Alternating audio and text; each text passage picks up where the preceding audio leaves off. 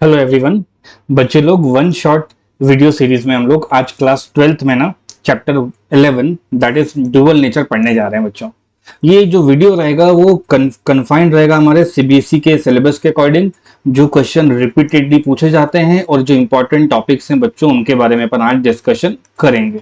Okay, एक ही video पढ़ते हैं, पूरा चैप्टर खत्म करने का ट्राई करेंगे। ऑलराइट बच्चों, सो लेट्स स्टार्ट। सबसे पहला समझना होता है बच्चों लोगों को इलेक्ट्रॉन एमिशन क्या है, बट उसके भी पहले आप लोग किसी कंडक्टर को अपन कैसा अजम्पशन में रखते हैं इस चैप्टर में वो देख लो बच्चों। हम सबसे पहले ये मान के चलते हैं कि हर एक इलेक्ट्रॉन के पास इसके सरफेस पे रैंडम सा मोशन करने वाले लोगों का नाम क्या होता है, इलेक्ट्रॉन्स। और वही यहाँ पे मैंने लिखा हुआ है, एट रूम टेम्परेचर जो फ्री इलेक्ट्रॉन्स होते हैं बच्चों वो रैंडमली मूव करते हैं कंडक्टर के अंदर, या बेसिकली कहूँ तो सरफेस के ऊपर। और जो मोशन ये लोग परफॉर्म करते हैं बच्चों ये ब्राउनियन मोशन होता है, हालांकि इसके बारे में ज्यादा नहीं दिया हुआ सिलेबस में। फिर कहते हैं वो सरफेस को लीव नहीं कर सकते, है ना। वो भले फ्री फ्री इलेक्ट्रॉन्स इनका नाम है, बिकॉज ये जो मोशन कर सकते हैं ना बच्चों ये फ्रीली किसी भी डायरेक्शन में मोशन कर सकते हैं। So you can call them directly as free electrons. इसका मतलब ये नहीं कि फ्रीली होंगे वो लोग, घूमने निकल सकते हैं इसके सरफेस से, वो उसके सरफेस पर बच्चों फ्रीली मोशन कर सकते हैं। देयर मोशन इज कन्फाइंड, ठीक है, there motion is confined with in the surface, with in the surface. ठीक है, तो बच्चों जो बाकी का हिस्सा बच जाता है जिसको अपन पॉजिटिव आयन का पार्ट बुलाते हैं बच्चे लोग, उसको लैटिस कहा जाता है। ज्यादातर हमारा फोकस किसके साथ रहेगा बच्चों, ये फ्री इलेक्ट्रॉन के पास रहेगा।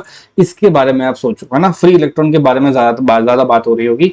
तो जो लैटिस होता है उसको अगर वन वर्ड में डिफाइन करना हो तो जो पॉजिटिव पार्ट होता है, या मैं कहूंगा पॉजिटिव आयंस जो रहेंगे उनको कलेक्टिवली अपन लैटिस बोलते हैं किसी भी कंडक्टर के अंदर।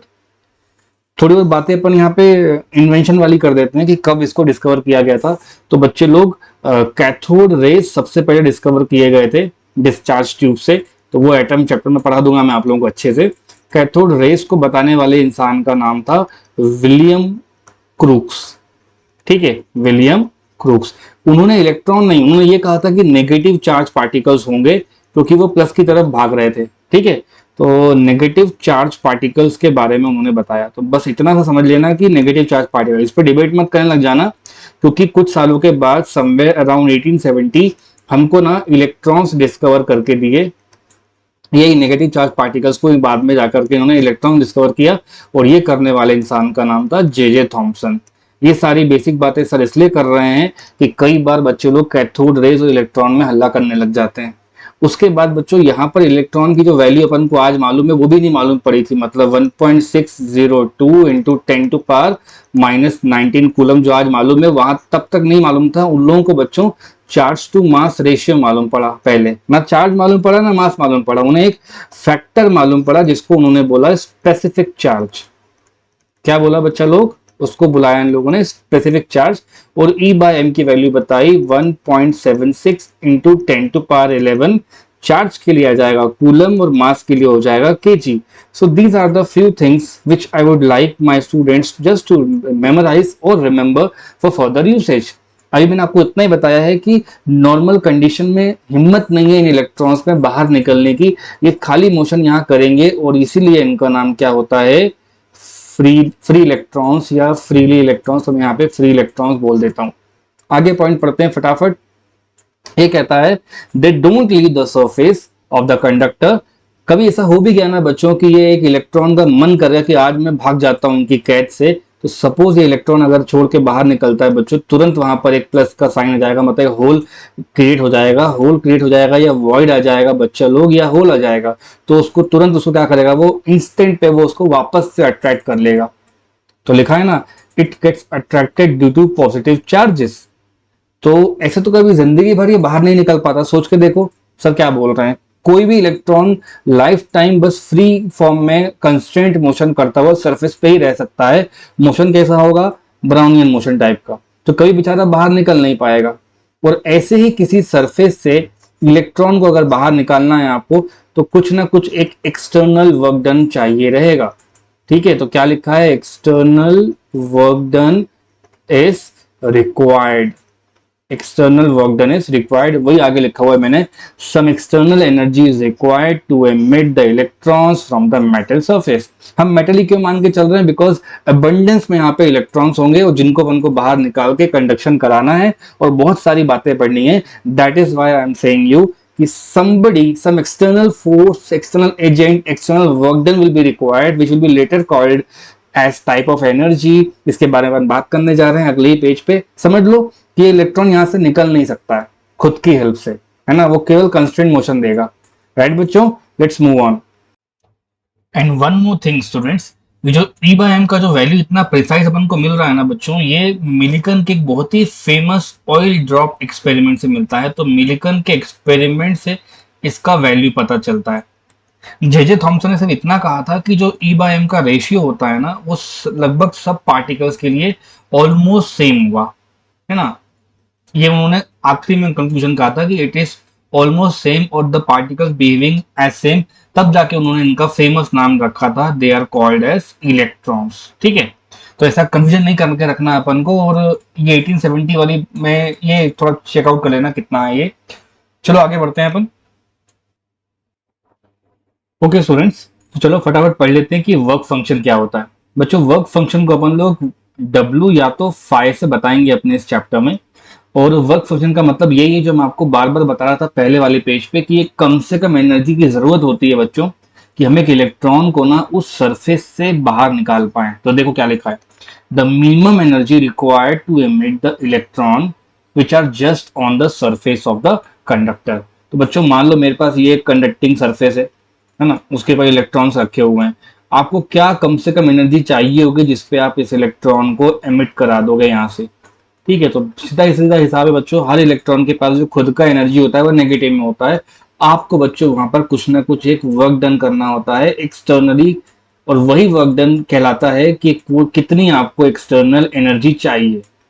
ठीक है, ये इतना सिंपल है। वर्क से पढ़ लो, उसको एनर्जी से पढ़ लो, बात एक ही है कि हर एक मटेरियल का अपना खुद का एक वर्क फंक्शन होता है जिसे अपन W बोलेंगे या तो फाइ बोलेंगे, और ये सिर्फ और सिर्फ उस मटेरियल पे डिपेंड करता है। देखो यहाँ लिखा हुआ है मैंने, work function is the property of that particular metallic surface, it depends upon two things.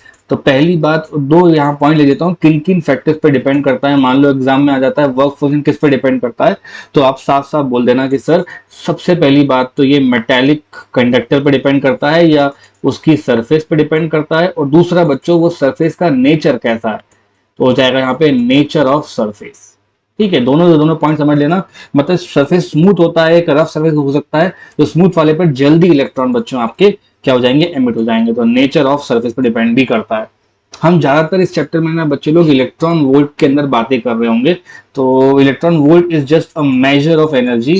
सो यहाँ लिखा हुआ है देखो, 1 electron volt is energy gain by one particular electron, जब उसको बच्चों किसी 1 वोल्ट के पोटेंशियल डिफरेंस में एक्सीलरेट करा दिया जाए। तो कहने का मतलब बड़ा सिंपल सा है कि you can think like that कि यहाँ पर मान लो दो पोटेंशियल डिफरेंस होंगे, लेट से ये नेगेटिव का पोटेंशियल होगा, ये प्लस का, तो हर एक इलेक्ट्रॉन बच्चों एक्सीलरेट करता हुआ जाएगा। तो कितना उसने क्या किया, एनर्जी गेन किया है। तो जनरली वर्क डन बराबर काइनेटिक एनर्जी के फॉर्म में आ जाएगी टर्म, उसी को कहते हैं अपन 1 इलेक्ट्रॉन वोल्ट। ठीक, आगे जाके बताऊंगा मैं आपको ये सब बातें यहाँ पे क्या चल रही हैं। नेगेटिव से प्लस के ऊपर क्या कर रहा है, ये एक्सीलरेट कर रहा है आपका एक इलेक्ट्रॉन। तो अगर इन दोनों के बीच में जो डेल्टा वी का टर्म है वो कितना है, 1 इलेक्ट्रॉन वोल्ट। और ये इलेक्ट्रॉन का चार्ज आपको पता होता है बच्चे लोग, तो ये जो वोल्ट है हमारे पास 1 वोल्ट रहेगा। तो आप कह देना कि सर यहाँ पे 1 इलेक्ट्रॉन वोल्ट है। अब 1 इलेक्ट्रॉन वोल्ट होता कितना है ये मैं लिख देता हूँ फटाफट। तो एक इलेक्ट्रॉन वोल्ट को ढंग से लिख लो बच्चों, 1 लिखा हमने, इलेक्ट्रॉन की वैल्यू लिख दो आप लोग, तो 1.602 हो जाएगा और 10⁻⁻19 हो जाएगा, और यही की यही टर्म बच्चों आपकी जूल्स में आ जाएगी। तो this is a handy formula कि जब कभी आपको जूल से इलेक्ट्रॉन वोल्ट में जाना होता है या इलेक्ट्रॉन वोल्ट से जूल्स में जाना होता है, तब ये फॉर्मूला बहुत काम आता है। ठीक है, ये कुछ न कुछ मेटल्स की सरफेस हैं जिनके इन्होंने क्या करे हैं, हमको वर्क फंक्शन लिख के दिए हैं। तो बच्चों जो एग्जाम में पूछी गई वैल्यूज है ना, वो मिनिमम वर्क फंक्शन पूछा गया है और मैक्सिमम पूछा गया है।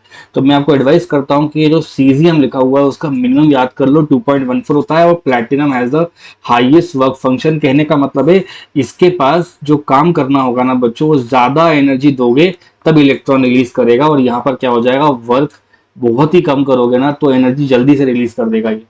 तो यहाँ पे ये ना इंक्रीजिंग ऑर्डर में लिखे हुए हैं, तो शुरू के 3-4 आप याद कर लो। जैसे आईपीएल में हमारी सबसे फेवरेट टीम होती है तो उसको अपन ऐसे पढ़ लेते हैं बच्चों, CSK लिख लेते हैं, और NAC है ना, तो CSK नाका ऐसे करके याद कर लो। सीजियम, ठीक है, पोटेशियम, सोडियम एंड ये कैल्शियम। तो बच्चों इतना आप ध्यान रख लें, कुछ कुछ पूछे गए हैं, और ये अपने क्या है, वो मेटल्स हैं जो इलेक्ट्रॉन एमिशन के लिए पढ़े जाएंगे। 5 नॉट भी लिख सकते हो, 5 भी लिख सकते हो, W भी लिख सकते हो, सब चल जाता है। बच्चे लोग स्मॉलेस्ट किसका होगा तो कहोगे सर सीजियम का होता है, और लार्जेस्ट वर्क किसका होगा, हाईएस्ट, तो बोलोगे सर प्लैटिनम का होता है जो कि 5.6 इलेक्ट्रॉन वोल्ट होता है। फिर कहेंगे व्हाट इज 1 इलेक्ट्रॉन वोल्ट, तो कह देना 1 इलेक्ट्रॉन वोल्ट वो एनर्जी गेन कहलाती है किसी इलेक्ट्रॉन की जब उसको 1 वोल्ट से अपन क्या करें, एक्सेलरेट करा दें। तो 1 electron volt equal two electron की वैल्यू लिख दी मैंने यहाँ पे। और किन किन पे डिपेंड करता है तो कहोगे सर मेटेलिक सरफेस पे और क्या नेचर है। And what exactly is work function, it is just the minimum energy required by an electron to emit from the surface. ठीक है, तो इसका मतलब हो जाएगा आपको यहाँ पे मिनिमम एनर्जी देना ही पड़ेगा, मिनिमम एनर्जी रिक्वायर्ड। ठीक है बच्चों, इतना इजी है समझना वर्क फंक्शन को, आगे बहुत काम आएगा ये, अभी ढंग से पढ़ लीजिए। अब मैं आपको बताता हूँ बच्चों एनर्जी कितने फॉर्म्स की हो सकती है, तो उसके लिए अपना नेक्स्ट पेज है, उसको कहते हैं बच्चों types of emission. So students type of emission देखते हैं अपन लोग। जिस मिनिमम एनर्जी के बारे में बात कर रहे हैं ना, जो हमें इलेक्ट्रॉन को एमिट कराने के लिए चाहिए बच्चों, इलेक्ट्रॉन एमिशन के जो आपको मिनिमम एनर्जी चाहिए, वो ना अलग अलग सोर्सेज से मिलकर बन सकती है। तो वही पॉइंट लिखा हुआ है, the energy required to liberate an electron from metal surface may come from various sources. और बच्चों उसमें वो सोर्स हो सकता है आपके पास हीट हो सकता है, या तो लाइट से हो सकता है, या तो इलेक्ट्रिक फील्ड से वो इलेक्ट्रॉन बाहर निकल सकता है। So depending upon the nature of source of energy हमें जो अलग अलग एमिशन पढ़ने हैं वो देखिए आप।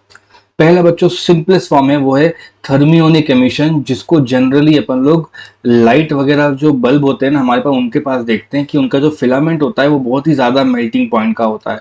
When you give sufficient amount of heat energy to it, बच्चों यहाँ से ना अगर आयंस कुछ बाहर निकल कर आते हैं, ये आपके आखिरी में एक एक्सपेरिमेंट कराऊंगा उसमें मिल जाएगा, डेविसन जर्मर एक्सपेरिमेंट कहते हैं उसको। तो यहाँ से बच्चों एक थर्मो आयंस निकल कर आते हैं, तो उसको बोलेंगे अपन लोग थर्मियॉन्स। ठीक है, तो हीट से निकलने वाले जो आयंस होंगे उनका उनको क्या बोलेंगे अपन लोग, थर्मो आयंस। शॉर्ट फॉर्म में उसको क्या कर देते हैं ये लोग, थर्मियॉन्स बुलाने लग जाते हैं, तो मैं वही इनका नाम लिखता हूँ। ये स्पेलिंग में गड़बड़ मत करना बच्चों, यहाँ देखो they are known as thermions. The energy required to free the electrons can be given by heating the metal. हम उसको हीट करके भी बच्चों वहां से बाहर निकाल सकते हैं। इसको बहुत ही ज्यादा बड़े पोटेंशियल पे आप सप्लाई कर दो, है ना, हाई टेंशन लाइन से, तो ये आपको मिल जाएगा। एग्जाम्पल के फॉर्म में अपन बल्ब को देखते ही हैं। ठीक है, सेकेंड वन है बच्चों आपके पास फील्ड एमिशन। अगर किसी कंडक्टर को आप बहुत ही स्ट्रॉन्ग इलेक्ट्रिक फील्ड में प्लेस कर दो, फॉर इंस्टेंस आप ऐसा देख सकते हो बच्चों, किसी दो एंड पे मैंने बहुत ही स्ट्रॉन्ग इलेक्ट्रिक फील्ड रख रखी है। अब इलेक्ट्रिक फील्ड का फॉर्मूला क्या होता है तो बोलोगे sir delta we divide by D होता है। तो बच्चों अगर ये सेपरेशन इन दोनों के बीच की काफी कम कर दी जाए, और यहाँ पर क्या करें अपन, पोटेंशियल प्लस माइनस का है तो डेल्टा वी का टर्म अगर बढ़ा देते हैं तो बच्चों इलेक्ट्रिक फील्ड बढ़ जाएगी, और डिस्टेंस काफी कम कर देते हैं तो इलेक्ट्रिक फील्ड फिर से बढ़ जाएगी। यहाँ पे अगर मैं किसी, देखो ना यहाँ पे बच्चों एक कंडक्टर को रख दिया है मैंने, इतनी स्ट्रॉन्ग इलेक्ट्रिक फील्ड के इन्फ्लुएंस में आने के बाद यहाँ से बच्चों एक इलेक्ट्रॉन एमिट आउट कर सकता है। देखो क्या कहता है ये, when the conductor is put in a strong electric field, the free electrons experience an electric force in the opposite direction। एक सर्टेन लिमिट के बाद क्या करता है वो इलेक्ट्रॉन बाहर आने लगता है बच्चों, इसी को तो कहते हैं अपन एमिशन। ठीक है, तो देखो जो ड्यू टू हीट होगा वो क्या कहलाएगा, थर्मियोनिक। जो ड्यू टू इलेक्ट्रिक फील्ड होगा वो क्या कहलाएगा बच्चे लोग, उसे आप बोलोगे field emission, because strong field. और जो स्ट्रॉन्ग फील्ड का जो ऑर्डर होता है ना, ये ऑर्डर बस पूछेगा एग्जाम में आपसे, 10⁸ वोल्ट पर मीटर होता है। न्यूमरेटर में बच्चों यहाँ वोल्ट लिखा है, नीचे यहाँ डिस्टेंस लिखा है, आप बस ये नंबर याद करके चलो। एक ऐसा एक्सपेरिमेंटल सेटअप ध्यान में रख लो, थर्मियोनिक के लिए आपको बल्ब को पढ़ के चलना है, और यहाँ पर आपको एक एग्जांपल अगर रियल लाइफ में कोई बोलता है क्या एग्जैक्टली हो देखते हैं। तो बच्चों जो अपन मोटर व्हीकल स्टार्ट करते हैं ना, तो उसके अंदर स्पार्क प्लग होता है, स्ट्रॉन्ग पोटेंशियल डिफरेंस दिया जाता है और बहुत ही कम डिस्टेंस उन दोनों पोलैरिटी वाले कंडक्टर्स का रहता है, तो बच्चों वहाँ पे इलेक्ट्रॉन वहाँ से एमिट कर जाता है एक एंड दूसरे एंड पे। हालांकि वहाँ पे तो वो ऑसिलेट करने लग जाता है, बट आपको वो एक एग्जांपल रियल लाइफ में उसको आप अपने दिमाग में रख सकते हो कि spark plug works on the principle of ये फील्ड एमिशन में वहाँ पे इलेक्ट्रॉन निकाले जाते हैं। बहुत ज्यादा ही स्ट्रॉन्ग फील्ड बच्चों वहाँ बन जाती है। ऐसा इसलिए बन जाएगा क्योंकि आप सभी देख सकते हो ना, ये ऑर्डर तक लाना है। अगर ये एक बेंचमार्क क्लियर कर गए, इसका मतलब क्या है कि आपका इलेक्ट्रॉन एमिट करेगा, राइट। तो मैं यहां लिख देता हूं इलेक्ट्रॉन कम्स आउट, ठीक है, electron comes out of the surface, ठीक है। आइए नेक्स्ट देखते हैं। नेक्स्ट बच्चों ये एक्स्ट्रा टॉपिक है, ये सेकेंडरी एमिशन। इसका मतलब है अगर अपन इलेक्ट्रॉन को किसी और मेटल सरफेस पे अगर बम्बार्ड कर देते हैं बहुत ज्यादा वेलोसिटी पे, तो वो वहां के इलेक्ट्रॉन्स को बच्चों नॉक आउट कर देगा, और ये किसी और की गलती से इलेक्ट्रॉन बाहर आ रहा है, इसलिए इसका नाम क्या है, सेकेंडरी एमिशन। मेरे कहने का मतलब है अगर आप थर्ड वाले एक डायग्राम पढ़ेंगे तो बच्चों मान लो ये आपके पास मेटल का प्लेट है, जस्ट लाइक आपके पास बच्चों हम देखते ही हैं क्या यहाँ पे एक्सरेज वगैरह में ये इलेक्ट्रॉन्स को, हाईली मूविंग इलेक्ट्रॉन्स को क्या करेंगे ये लोग, स्ट्राइक कराते हैं। तो यहाँ से बच्चों अपन को अलग अलग इलेक्ट्रॉन्स यहाँ से एमिट करके दिखते हैं, तो इस तरह के इलेक्ट्रॉन को अपन क्या बोलेंगे कि किसी और की गलती की वजह से ये एमिट कर गया, तो इसका नाम पड़ जाएगा सेकेंडरी एमिशन। फिर से पढ़ देता हूँ पॉइंट में, emission of electrons from a metal surface by the bombardment of high speed electrons और other particles is known as secondary emission। मतलब जब बच्चों किसी और की एनर्जी से, ठीक है, ये हाई मूविंग इलेक्ट्रॉन्स है ना, कोई और पार्टिकल हो सकते हैं उनके, और यहाँ पे काइनेटिक एनर्जी से मतलब होता है उतनी एनर्जी यहाँ ट्रांसफर कर देते हैं, वो इलेक्ट्रॉन यहाँ से बच्चों नॉकआउट कर देता है। इतना ध्यान में रखो आप। फिर आता है इस चैप्टर का बच्चों सबसे मेन टॉपिक, उसको बोलेंगे अपन लोग फोटो इलेक्ट्रिक एमिशन। अब इसकी बहुत ही अंडरलाइन बात मैं बताऊंगा, उसके बहुत डिटेल में अपन आगे चलेंगे। Emission of free electrons from metal surface by fouling light और इलेक्ट्रोमैग्नेटिक वेव के बारे में बात कर रहा है, which has a energy greater than the work function. तो बच्चे लोग हम सबसे पहले वर्क फंक्शन की डेफिनेशन के पास चलते हैं कि क्या कहते हैं वर्क फंक्शन को।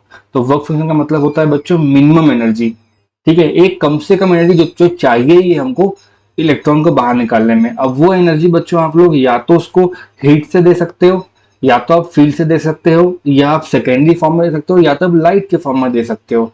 तो ये सब बोल सकते हैं जो एनर्जी इंसिडेंट कर रही है, ठीक है, वो ज्यादा होनी चाहिए किससे, उस मटेरियल से, कि वर्क फंक्शन से ज्यादा होनी चाहिए।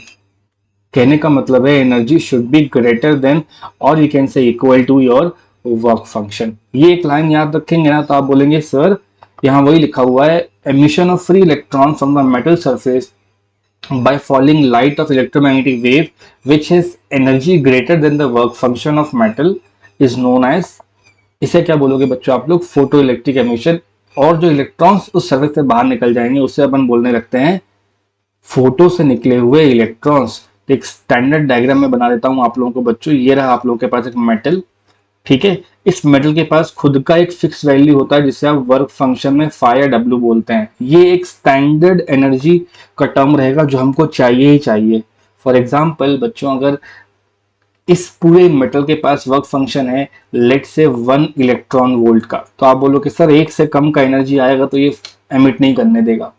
वैसे ही सीजियम जो होता है हमारे पास, एग्जाम्पल के फॉर्म में लिख रहा हूं मैं, सीजियम के पास बच्चों 2.14 इलेक्ट्रॉन वोल्ट होता है, तो इससे ज्यादा ही एनर्जी जब फॉल करेगी ना तब ही जाकर एमिट करेगा। तो कहने का मतलब इतना सा है, when the energy falls here, energy मतलब बच्चे लोग ये फोटॉन्स फॉल कर रहे होंगे, लाइट के पार्टिकल्स, इसको ई बोलोगे।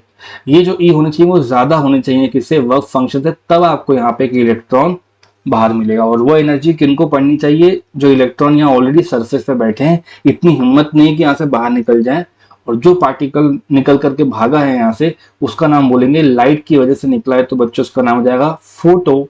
और क्या लिखा है, इलेक्ट्रॉन्स। कंफ्यूजन मत करना कि फोटोन क्या है और फोटो इलेक्ट्रॉन्स क्या है। फोटो इलेक्ट्रॉन्स का मतलब होता है ये एक्चुअल में पार्टिकल्स होते हैं, ठीक है ना। Electrons emitted by the photoelectric emission are called as photo electrons.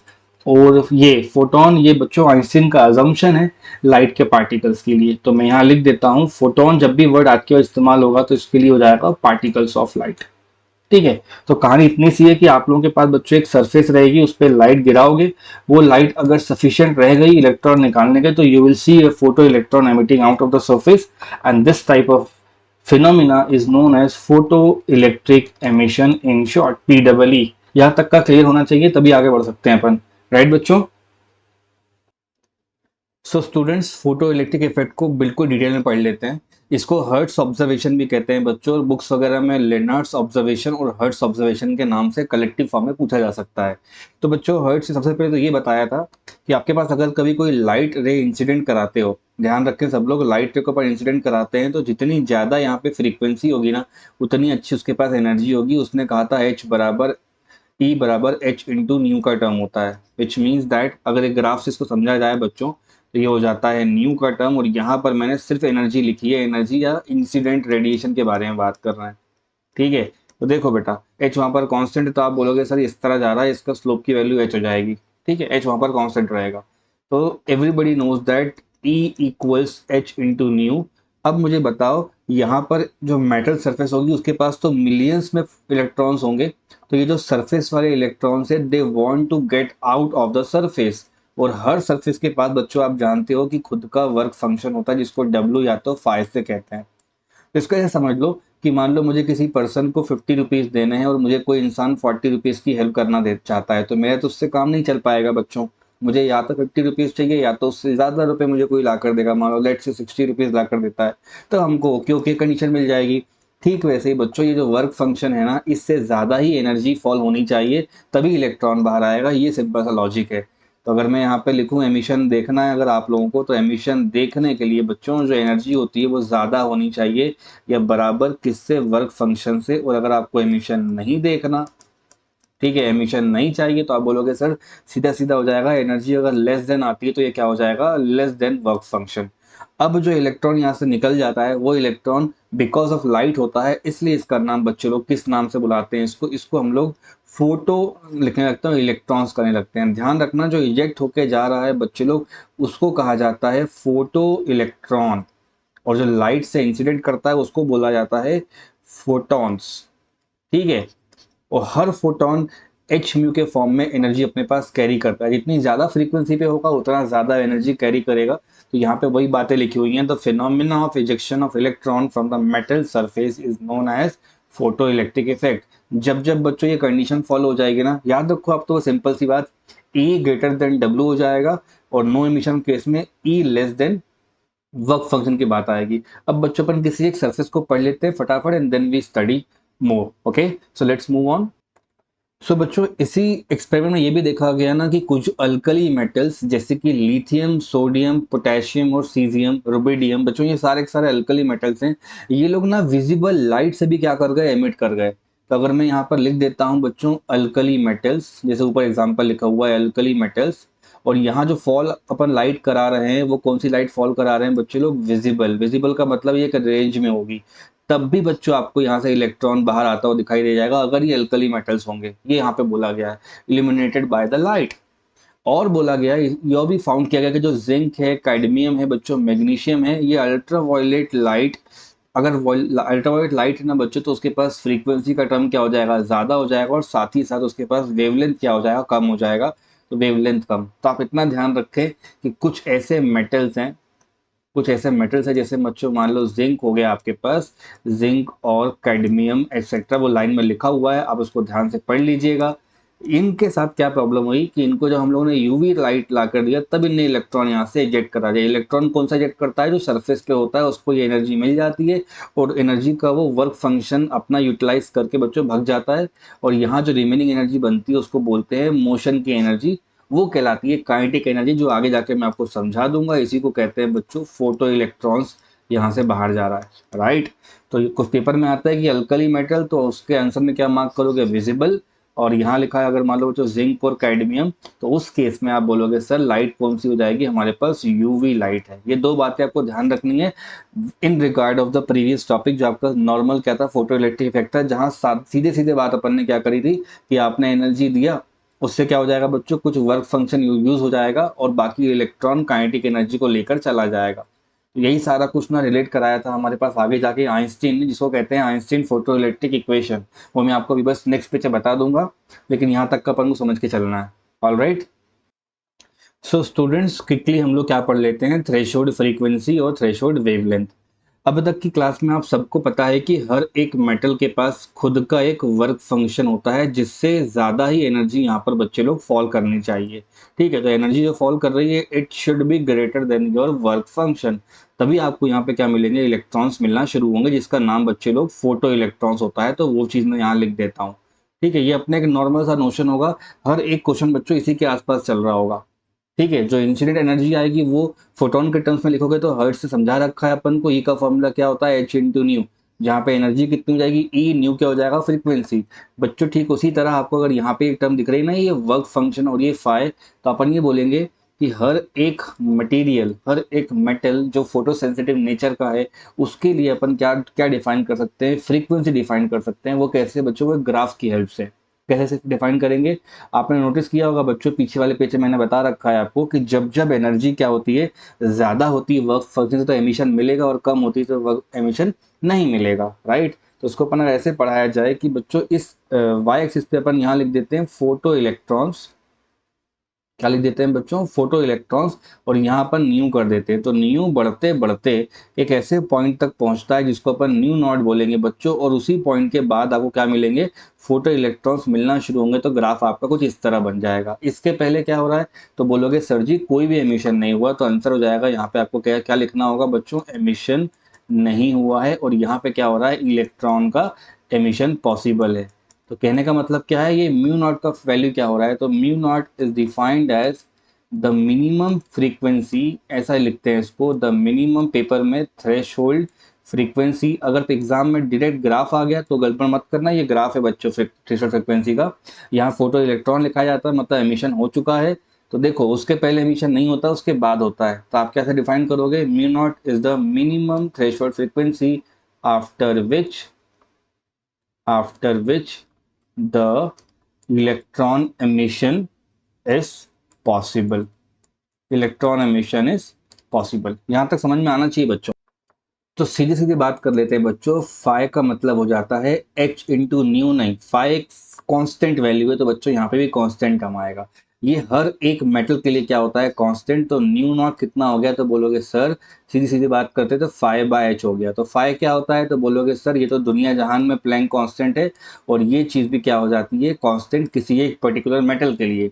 Paper में आता है कोई पूछेगा what do you mean by threshold frequency, तो या तो ये डेफिनेशन लिख दो, ये ग्राफ बना दो, और ये डायरेक्टली बोल दो it is defined as the ratio of, ये क्या है बच्चों, फाई मतलब work function divide by Planck's constant. ठीक है, I can write it again here, nu is the ratio of, nu is the ratio of, I can write work function to the Planck's constant. किसी एक metal के लिए क्या होगा, ये चीज सेम हो जाएगी बच्चों, इतना ध्यान रखा जाए। चलो बात करते हैं अपन लोग यहाँ पे थ्रेशोल्ड वेवलेंथ की। तो बच्चे लोग मैंने यहाँ पे लिख दिया है थ्रेशोल्ड वेवलेंथ, ये समझना भी उतना ही ईजी है। देखो कैसे काम करते हैं इसके साथ। हम बात कर रहे हैं बच्चों लाइट के बारे में, तो हो जाएगा एनर्जी का फॉर्मूला, जैसे अपने को पता है ना एच न्यू का टर्म होता है, ठीक वैसे ही वर्क फंक्शन भी एक टाइप का एनर्जी होता है, उसको फाई से देखते हैं तो एच न्यू नॉट करते हैं बच्चों। इसको ऐसा लिख सकते हो आप, H C divide by lambda not, और ये टर्म क्या हो जाएगी, कॉन्स्टेंट हो जाएगी।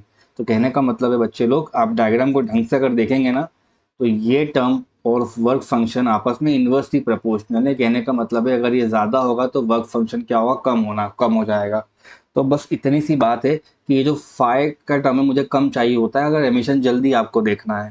ठीक है, तो जैसे यहाँ लिखा हुआ है ना मिनिमम थ्रेशोल्ड, है ना, मिनिमम मिनिमम फ्रीक्वेंसी, उसके बाद होता है एमिशन। तो बच्चे लोग एक तो ये इन्वर्सली प्रोपोर्शनल का साइन बना रहा है, और दूसरा ये ऐसा कुछ ग्राफ अपन को समझा रहा है कि यहाँ अगर आपने लैम्डा लिखा है और यहाँ पर क्या लिखा है बच्चों, फोटो इलेक्ट्रॉन्स, मतलब फोटो का एमिशन हो रहा है। तो मैं यहाँ मेंशन कर देता हूँ बच्चे लोग फोटो, ठीक है, इलेक्ट्रॉन्स। फोटो इलेक्ट्रॉन्स कब दिखते हैं, एमिशन पे ही दिखते हैं। तो बढ़ते बढ़ते ये वैल्यू एक मैक्सिमम वैल्यू तक जाती है, और उसके बाद बच्चों क्या होता है, एमिशन नहीं होता है। तो यहाँ पे उसके बाद नहीं होगा एमिशन, ये है लॉजिक हमारा। और इसके पहले क्या होगा, एमिशन होगा तो ग्राफ कुछ ऐसा आता है और ये खत्म हो जाता है। बच्चों ये दोनों ही ग्राफ प्रीवियस ईयर्स में आ चुके हैं। वेवलेंथ वाला आएगा तो इन्वर्सली प्रोपोर्शनल होगा, और थ्रेशोल्ड फ्रीक्वेंसी वाला आएगा तो डायरेक्टली होगा। एक में फ्रीक्वेंसी के बाद होता है एमिशन, और एक में थ्रेशोल्ड वेवलेंथ तक एमिशन होता है। तो इसका डेफिनेशन क्या बन जाएगा, it is the maximum wavelength, maximum wavelength, ठीक है। और क्या लिखा है, अप टू विच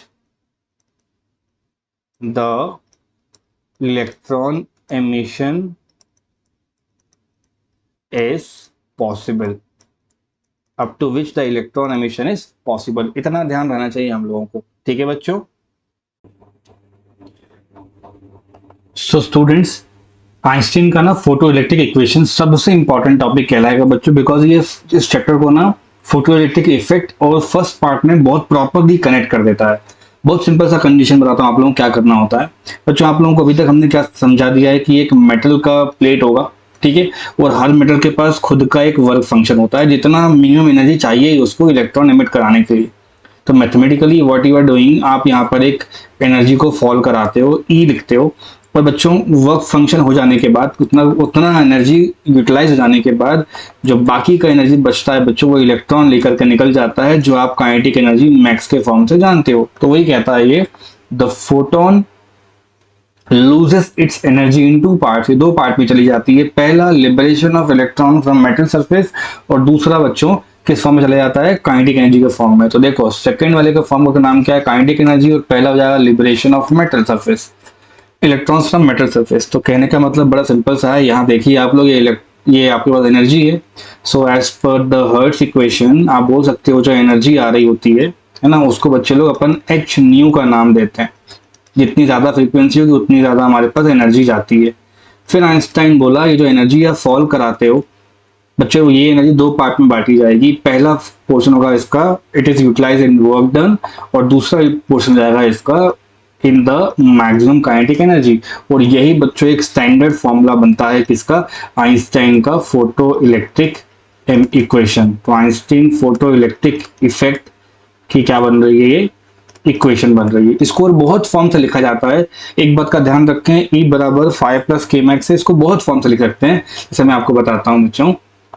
E को कह सकते हो आप एच न्यू, वर्क फंक्शन होता है एच न्यू नॉट, और यहाँ हो जाएगा आपके पास काइनेटिक एनर्जी मैक्सिमम। तो यहाँ से आप अगर के मैक्स का टर्म लिखना भी चाहो कभी तो कैसे लिखोगे आप बोलोगे सर जी एच बाहर निकाल लेते हैं और न्यू माइनस न्यू नॉट का टर्म आने लगता है। तो हम क्या करते हैं, इस टर्म को भी याद रखना शुरू करते हैं। ये देखो H mu naught left hand side चला जाएगा, तो ये आपका फॉर्म बन जाएगा। बच्चों आप इन दोनों में से कोई सा भी याद कर सकते हो, ऊपर मैंने और बहुत सारे फॉर्मूले लिख दिए हैं, आपको ये सब बातें ध्यान में रखनी है हमेशा, ठीक है। तो काइनेटिक एनर्जी को अपन लोग मतलब 1/2 mv² फॉर्म से भी लिखते हैं, तो वो वाला फॉर्मूला बच्चों आपको ऑलरेडी यहाँ पर टाइप करके रखा गया है, तो दिस इज ऑल्सो ओके। किसी किसी बुक में आप पढ़ोगे तो एनर्जी का फॉर्मूला होता है एच न्यू, और हम लोग कहीं कहीं फॉलो कर रहे होंगे एच एफ बच्चों, एफ स्टैंड्स फॉर फ्रीक्वेंसी, या सो दैट न्यू, ये सिंबल है बस इसका, इससे ज्यादा मत सोचो आप लोग, ओके। बच्चों हम बार बार एनर्जी के बारे में बात कर रहे हैं जो इंसिडेंट होती है, अब हमको उसके अंदर क्या समझना है कि फोटोन को अपन कैसे विजुअलाइज करेंगे। तो बच्चों इस चैप्टर के लिए फोटोन को हम लोग क्या मानेंगे, एक ऐसे पार्टिकल्स जिनको अपन पैकेट ऑफ एनर्जी के फॉर्म में देख सकते हैं। तो हर्ट्ज ने इस तरह बताया अपन को कि energy equals to H into nu होता है, और हर एक फोटोन के पास जो एनर्जी होती है वो इतनी मानी जाती है। तो मान लो अगर n नंबर ऑफ फोटोन्स आ रहे हैं आपके पास, n नंबर ऑफ फोटोन्स कहीं पर फॉल कराए जाए, राइट, तो आप बोलोगे सबसे पहले उसको डायग्राम की तरीके से समझ लेते हैं। तो ये वही आपका मेटल का प्लेट है जिसको आपको लाइट फोटो इलेक्ट्रिक एमिशन कराना है बच्चों यहाँ से। तो मान लो ये आपके पास इलेक्ट्रॉन्स रहेंगे, ठीक है, इलेक्ट्रॉन्स इस सरफेस पर रहने वाले हैं। तो लेटस से ये फोटोन आया बच्चों, एक और फोटोन लेकर आ गए, तो एनर्जी जो होती है ना हर एक फोटोन की वो एच न्यू से देखी जाएगी, याद रखिए। और एमिशन करने के लिए एच न्यू ग्रेटर देन किससे होना चाहिए, वर्क फंक्शन से, तभी तो बच्चों एनर्जी ट्रांसफर करेगा इस इलेक्ट्रॉन को, और यहाँ से ये बन के निकलेगा फोटो इलेक्ट्रॉन, राइट बच्चों। तो E equals to H mu का टर्म आप हमेशा याद रखें, किसी भी पार्ट में लिखा हो सकता है, ये न्यू लिखा हुआ है यहाँ पे, थोड़ा टाइपिंग में है ना एच न्यू, और वहां पे एच का टर्म पता होता है पर उनको प्लैंक कांस्टेंट होता है, और न्यू क्या हो जाएगा बच्चों, फ्रीक्वेंसी ऑफ लाइट रेडिएशन। और हाँ स्पीड कितनी होती है फोटोन की, तो obviously speed of photon equals to speed of light. तो अपन यहाँ लिख देते हैं speed of photon, very good. Speed of photon बराबर, ध्यान रखें अपन लोग, स्पीड ऑफ लाइट के बराबर होता है, उसका फॉर्मूला यहाँ लिखा हुआ है बच्चों, न्यू इंटू लैम्डा। ये न्यू का टर्म होता है, टाइपिंग करते हुए इस तरह दिखाई देगा आपको, ये न्यू लिखा हुआ है बच्चों, तो यहाँ से दो फॉर्मूले बनते हैं, मैं आपको वापस से लिख के देता हूँ। हमें मालूम है कि ई का मतलब होता है बच्चों एच इंटू एफ, साथ ही साथ ई को एच इंटू न्यू भी बोल सकते हैं, और यहाँ से हो जाएगा एच, न्यू को बोल सकते हो सी बाय लैम्डा, क्योंकि जो सी होता है वो जूनियर क्लास से आपको मालूम है एफ लैम्डा का टर्म होता है, या बच्चों न्यू लैम्डा का टर्म होता है। जैसा आपको याद करना है ऐसा कर लीजिए, इससे यहाँ पे आ गया है। I strictly advise everybody just to remember this formula, ठीक है, आपके बहुत से क्वेश्चन लग जाएंगे बच्चों। E stands for incident radiation, क्या है ये, incident radiation. So but obviously बात है कि न्यू क्या होगा, उसका फ्रीक्वेंसी होगा, लैम्डा क्या हो जाएगा, उसका वेवलेंथ हो जाएगा। ऑलराइट बच्चों, सो डियर स्टूडेंट्स, अब हम लोगों को ना एक्सपेरिमेंटल स्टडी समझना है फोटो इलेक्ट्रिक इफेक्ट का। जितना भी हम लोगों ने थ्योरी पार्ट पढ़ा रखा है, जैसे कि नेट एनर्जी इंसिडेंट कराते हैं तो वर्क फंक्शन में जाती है, और बच्चों काइनेटिक एनर्जी मैक्सिमम में निकल जाती है। इस चीज को अपन को अब ना एक्सपेरिमेंटल के फॉर्म में स्टडी करना है। तो क्या करते हैं, सबसे पहले ये लोग एक इवैक्यूएटेड ट्यूब निकाल के लाते हैं। इवैक्यूएट को मतलब होता है बच्चों अंदर से बिल्कुल ही खाली होगा, है ना, इवैक्यूएट कर दिया गया कंप्लीटली। इसमें एक सोर्स के लिए एक विंडो रखते हैं, वो क्वार्ट्ज से बनी हुई विंडो रहती है जो लाइट को पास करने देती है, राइट। तो ये क्वार्ट्ज की विंडो होगी बच्चों, और एक ट्यूब होगी, तो ये सोर्स है। तो बेसिकली कहना ये चाह रहा है कि ये सोर्स लाइट की इंसिडेंट लाइट का होगा, और वहां पे बोलोगे इंसिडेंट लाइट ग्रेटर देन किसके हो जाएगी बच्चों, वर्क फंक्शन के। और साथ ही साथ आपको अगर एमिशन देखना है तो ये होना ही पड़ेगा। अब ये लाइट कहाँ आ रही है, देखो आप लोग कैथोड पे आ रही है। तो इस कैथोड पे एक ऐसा मेटल लगाते हैं, एक ऐसा फोटो सेंसिटिव मेटल प्लेट लगाते हैं जिसके पास कुछ वर्क फंक्शन होता है। आपको मालूम है बच्चों कि यहाँ से इलेक्ट्रॉन किस कंडीशन में निकलता है, वो तब निकलता है जब ऊपर की कंडीशन क्या होती है, सेटिस्फाई हो जाती है। मतलब यहाँ इलेक्ट्रॉन तभी बाहर आएगा जब ई ग्रेटर देन वर्क फंक्शन जाएगा, मतलब जो आप एनर्जी गिरा रहे हो उसकी एनर्जी ज्यादा होगी किससे, वर्क फंक्शन, तो इलेक्ट्रॉन्स मिल जाएंगे। अब क्योंकि इन्होंने क्या करा है, इस कैथोड को, सी से कैथोड बताया जा रहा है, इस कैथोड को और इस एनोड को एक ऐसे अरेंजमेंट से पास कराते हुए ये वेरिएबल सप्लाई का कनेक्शन होता है बच्चों, वेरिएबल। क्योंकि जब अपन लोग प्रैक्टिकल कर रहे होते हैं ना एक्सपेरिमेंट लैब में जा करके, तो बच्चों अपने को ना वोल्टेज वेरी करना होता है, रेगुलेट करना होता है। तो मैं यहाँ लिख देता हूँ वेरिएबल सप्लाई। तो यहाँ प्लस माइनस लिखा है ना, with the help of this commutator आप किसी भी एंड को एक बार नेगेटिव और प्लस कर सकते हो। अभी हाल फिलहाल के लिए इस एंड पे बच्चों माइनस गया हुआ है, और इस एंड पे बच्चे लोग प्लस का पोटेंशियल दिया गया है। The reason behind doing this is, ये हो जाएगा नेगेटिव पोटेंशियल पे और ये हो जाएगा पॉजिटिव पोटेंशियल पे। तो बच्चों ऑटोमेटिकली यहाँ पे एक इलेक्ट्रिक फील्ड सेटअप हो जाएगी, जो सारे के सारे इलेक्ट्रॉन को क्या कर रही होगी, इस तरफ एक्सेलरेट कर रही होगी। आप देख ही सकते हो इलेक्ट्रॉन जा रहे हैं। There is no physical connection between anode and cathode. तो बच्चों पहले सबसे पहले इसको मैं एनोटेट कर देता हूँ। सी बच्चों लोग यहाँ पर कैथोड बता रहा है, ठीक है, और ए यहाँ पर ना एनोड बता रहा है, ठीक। इनहेरेंटली सी के ऊपर मैंने एक मेटल प्लेट को रख दिया है, वहां से इलेक्ट्रॉन निकल के आए हैं। तो मैं लिखता हूं due to potential difference across anode and देखो कैथोड, जो भी फोटो इलेक्ट्रॉन्स होंगे बच्चों, निकलने वाले इलेक्ट्रॉन्स क्या बोलते हैं अपन लोग, photo electrons, accelerate towards anode. वो कहाँ पढ़ेंगे, एनोड। ये तो बहुत सिंपल सी बात है बच्चों, जितने भी इलेक्ट्रॉन यहाँ पर होंगे वो आपको एनोड की ओर जाते हुए दिखाई देंगे। तो अगर किसी बीम पर इलेक्ट्रॉन्स आपको जाते हुए दिखाई दे रहे हैं, मतलब बिल्कुल क्लियर कट है वहां से कि आपको यहाँ पर बच्चों एक फोटो करंट दिखाई देगा जो बैकवर्ड की तरफ माना जाएगा। तो इसका नाम क्या हो जाएगा, फोटो करंट। तो आगे जाके अगर मैं कभी ग्राफ में फोटो करंट लिखता हूँ, मतलब इसके पहले के सारे फिनोमिना हो चुके हैं, ठीक है। फोटो करंट से मतलब वहां पर मास भी होगा, चार्ज भी होगा, तभी बच्चों इसका जो फाइनल प्रूफ आता है इस टॉपिक का, मैं पहले वो सब बातें लिख देता हूं। A photo current exist in the tube. आपको ये लाइन लिखनी है बच्चों, एक पॉइंट तो ये हो गया और एक पॉइंट ये हो गया, photo current exist in the tube. इस फोटो करंट की से हेल्प से क्या प्रूफ हो गया बच्चों, अगर कहीं पर करंट है तो वहां पर क्या हो जाएगा, मास भी होगा और साथ ही साथ क्या हो जाएगा, चार्ज भी हो जाएगा। Which means that the particle nature, मैंने क्या लिखा है, the particle nature of electrons, और आई कैन से ये जो फोटोन मिल रहे हैं ना अपन यहाँ पे, फोटॉन्स है ना, तो जो वेव है अपने फोटॉन्स वो प्रूफ हो जाता है। The particle nature of photons proved, यही चैप्टर का नाम है ना बच्चों, डुअल नेचर। तो अभी अपन पार्टिकल नेचर प्रूव कर लेते हैं और आगे जाके अपन लोग वेव नेचर प्रूव कर लेंगे। एक बात और, ये आपके पास नेगेटिव पोटेंशियल पर रहेगा, ये आपके पास प्लस पोटेंशियल पर रहेगा, तो आपको इलेक्ट्रॉन जाता हुआ दिखाई देगा। तो बोलोगे हाँ सर उसमें कौन सी बड़ी बात है, हमको हमेशा बताया जाता है कि अगर कहीं नेगेटिव पोटेंशियल होगा तो सारे के सारे इलेक्ट्रॉन कहाँ चले जाएंगे, प्लस के पोटेंशियल पे। तो इसका नाम एनोड बोल रहे हैं, इसका नाम कैथोड बोल रहे हैं। बात समझो मेरी अभी। तो with the help of this commutator and this regulator हम लोग क्या करते हैं बच्चों, यहाँ पे आपको स्लाइडर दिख रहा है क्या? तो बोलोगे सर बिल्कुल दिख रहा है slider. Look at this slider. इस स्लाइडर को अगर मैं लेफ्ट हैंड पे टिल्ट करके ला दूंगा, इसके अलग अलग पोजिशन पे इसको रख देंगे ना बच्चों, तो हम लोग क्या कर सकते हैं, एनोड का पोटेंशियल ड्रॉप भी कर सकते हैं।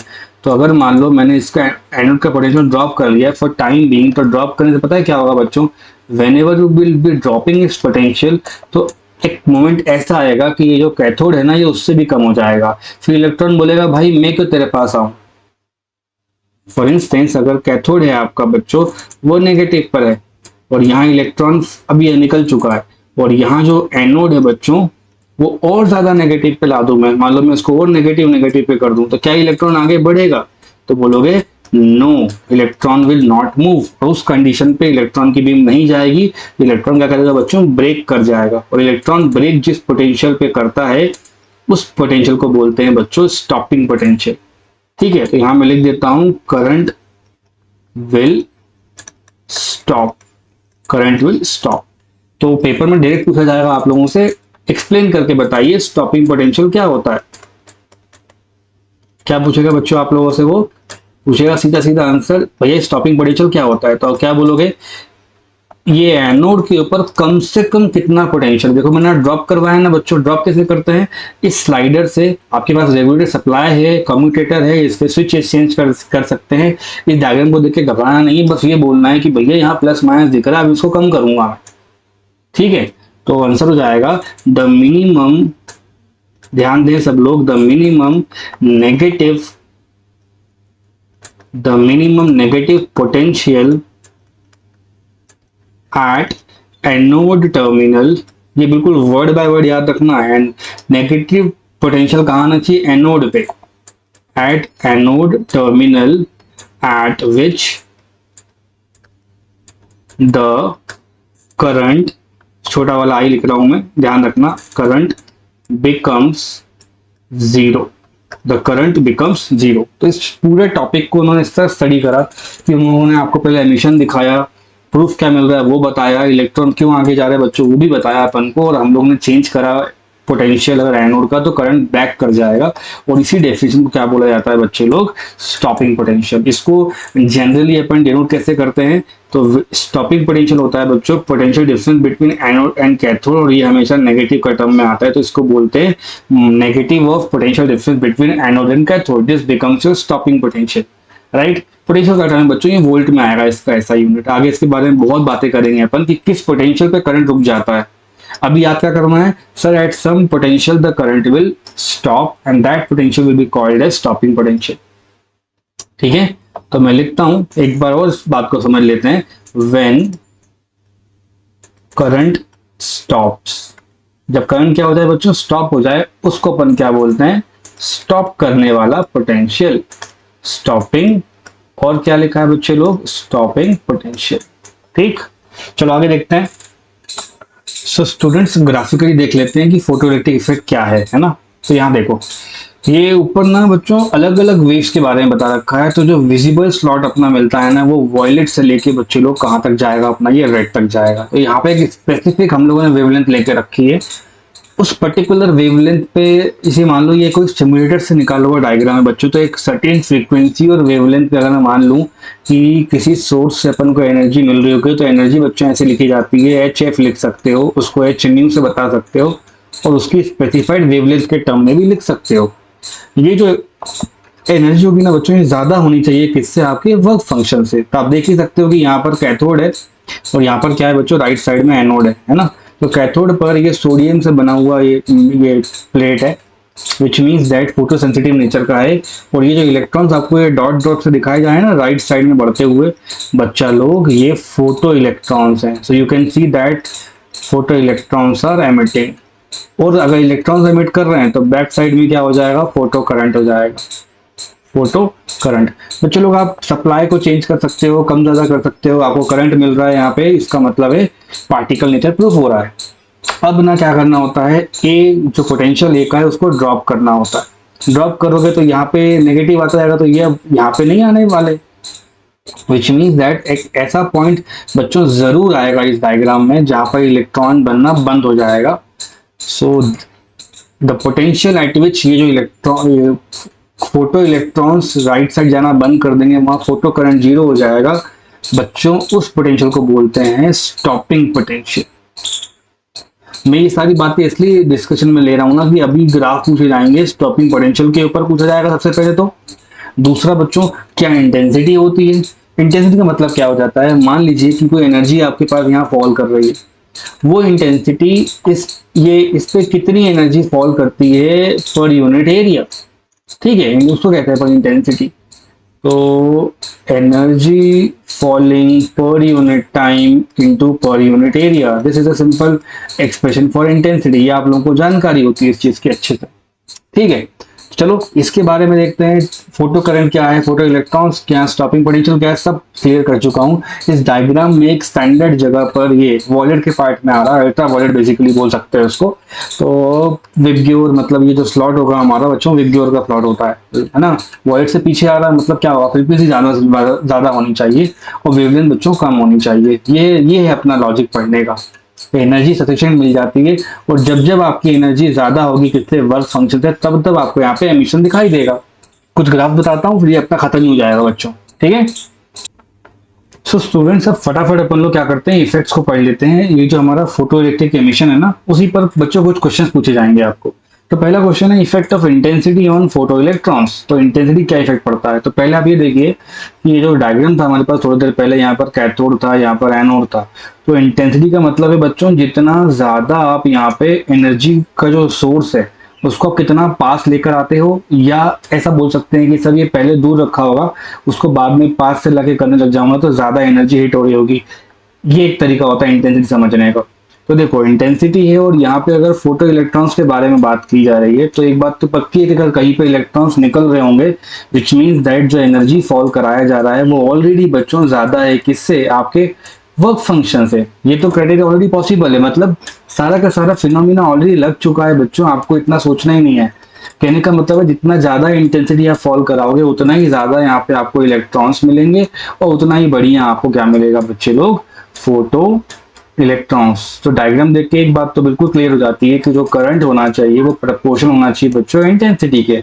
बड़ा वाला इंटेंसिटी बता रहा है, और सेम वही आपका ग्राफ भी बना हुआ है। आप देखो आई लिखा हुआ है, और यहाँ पर बच्चों स्मॉल वाला i which says that photo current. Photo current, current बहुत छोटा होता है, कई बार माइक्रो एम्पियर में निकाला जाता है, कभी पिको एम्पियर में, बहुत स्मॉल करंट होता है। ये ग्राफ ही समझा रहा है that current is proportional to intensity. Exam में आता है तो आपको ये सेंटेंस बनाकर भी लिखना है, 1 मार्क में आ जाता है, ग्राफ में आ जाता है, सब्जेक्टिव में आ जाता है। तो समझ लो बच्चों कहीं पे अगर फोटो इलेक्ट्रॉन है मतलब ऑब्वियसली वो एमिशन कर चुका है, ठीक है। तो मैं लिखता हूं फोटो करंट, ठीक है, photo current is directly proportional to photocurrent is directly proportional to intensity. Photocurrent is directly proportional to intensity. Okay. So students, the second study is a little bit confusing. ये कहता है कि stopping potential पर कैसा effect पड़ेगा आपके, इसको बोलते हैं बच्चों लोग कट ऑफ पोटेंशियल भी बोलते हैं, वीसी से बताया जाता है। इंटेंसिटी का कैसा इफेक्ट पड़ता है, तो आप पहले डायग्राम समझो उसके बाद अपन बात करते हैं। मान लो बच्चों ये कोई फोटोसेंसिटिव एलिमेंट है, और ये उसका सेम आइडेंटिकल है ना, सेम फोटोसेंसिटिव एलिमेंट है, दोनों के दोनों का सेम फंक्शन है फाई और फाई। बच्चों मैं यहाँ पर अगर यहाँ पर मैं किसी एक लाइट से इसको एमिट कराने की कोशिश करता हूँ, राइट, तो डिस्टेंस के हिसाब से कुछ इंटेंसिटी बन जाएगी बच्चों सेम सोर्स की।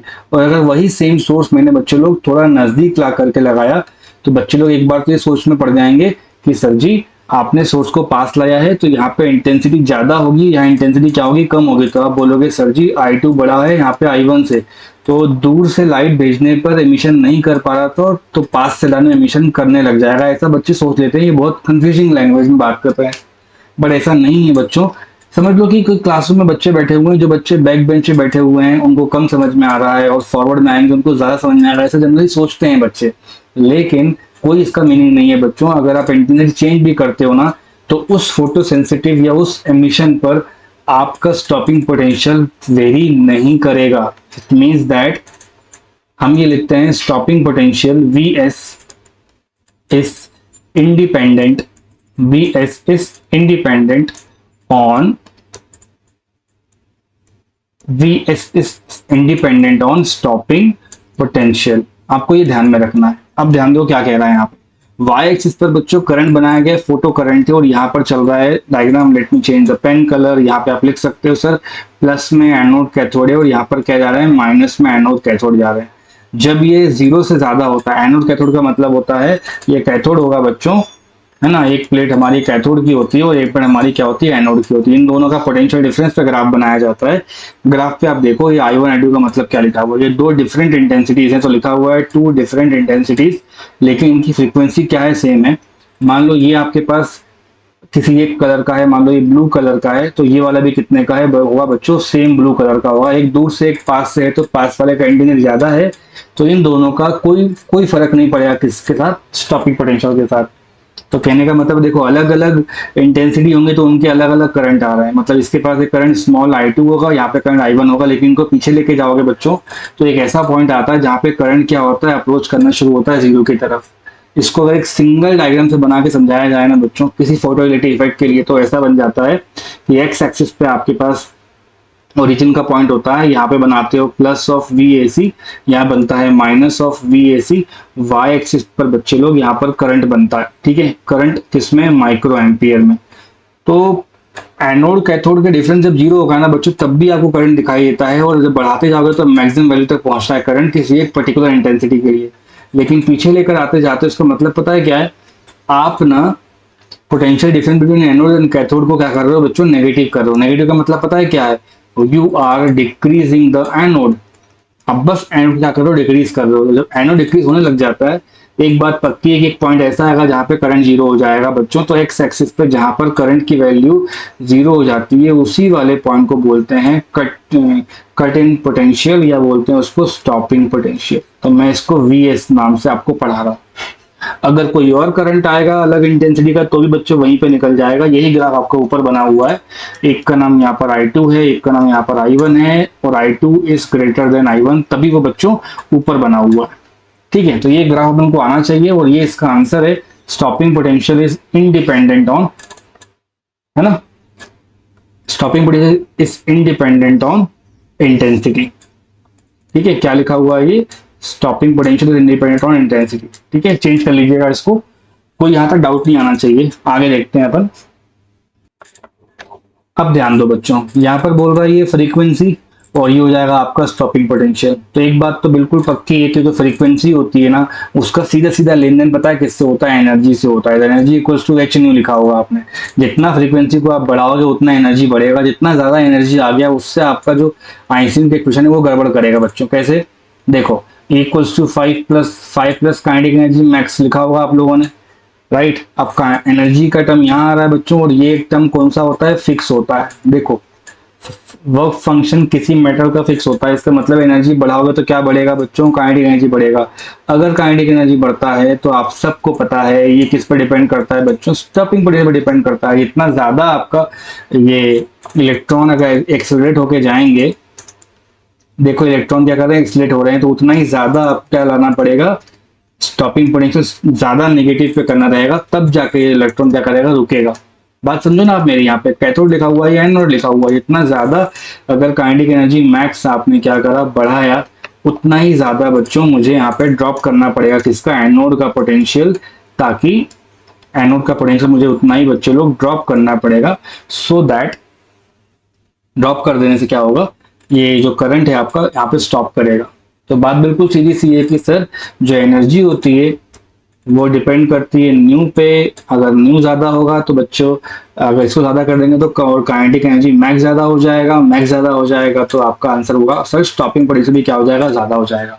विच मीन्स दैट अगर आप एक फ्रीक्वेंसी की बात करते हो और एक इंटेंसिटी को पीछे लेकर आते हो, अलग अलग फ्रीक्वेंसी पर लिखा है ना, two different frequencies but same intensity, तो इंटेंसिटी एक है, मतलब करंट की डायरेक्शन एक ही होगी बच्चों, ये एक ही होगी। उसको तो पीछे आप बैक साइड पे लेकर आ रहे होगे तो क्या दिखाई देगा आपको, दो अलग अलग आपको कटिंग पोटेंशियल दिखाई देंगे। इसको अगर ऐसे समझाया जा सकता है बच्चों, एक ग्राफ में दूसरा बना के आप लोग को दे देता हूँ, ये हो गया बच्चों और ये हो गया, ठीक है। इसको वाई एक्सिस कर लेते हैं, यहाँ करंट हो जाएगा, इसको अपन माइक्रो एम्पियर में फोटो करंट कहते हैं। जीरो हो जाएगा बच्चों, प्लस के अंदर वीएसी होता है और माइनस के अंदर वीएसी होता है। अलग अलग फ्रीक्वेंसी पे बच्चों ये ऐसे करके अलग अलग जा रहा होता है, ठीक है। मान लो थर्ड वाले का ये हो गया, ठीक है। इंटेंसिटी सबके पास बराबर है, लेकिन ये तीनों के पास क्या होगा, अलग अलग फ्रीक्वेंसी होगा। तो बोलोगे stopping potential 3, stopping potential 2, stopping potential 1, जैसे कि यहाँ पे न्यू 3 हो जाएगा, न्यू 2 हो जाएगा और न्यू 1 हो जाएगा।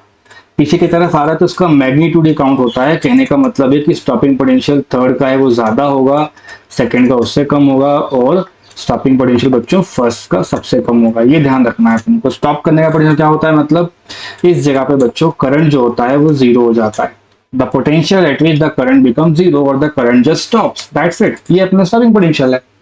तो ये रिलेशन याद करके रखना है, ये याद करके रखना है, सब याद करके रखना है। और एट लास्ट सब्जेक्ट की लाइन भी अपन लिख लेते हैं, that stopping potential is directly, क्या करेगा बच्चों लोग, ये डायरेक्टली डिपेंड करेगा, इज डायरेक्टली प्रोपोर्शनल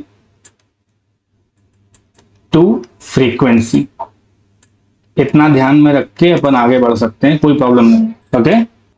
अब जो टॉपिक है वो कह रहा है आपको कि काइनेटिक एनर्जी का जो मैक्सिमम टर्म है और स्टॉपिंग पोटेंशियल है, इसको कैसे आप जस्टिफाई करेंगे, इक्वेट करेंगे। तो बच्चों अपन आइंस्टीन का इक्वेशन लिख लेते हैं और वहीं से आगे बढ़ते हैं, ठीक है। आइंस्टीन का जो इक्वेशन है फोटो इलेक्ट्रिक इफेक्ट के लिए, जो नेट एनर्जी आती है बच्चा लोग, वो जाती है वर्क फंक्शन में, और कहाँ चली जाएगी, काइनेटिक एनर्जी मैक्सिमम में।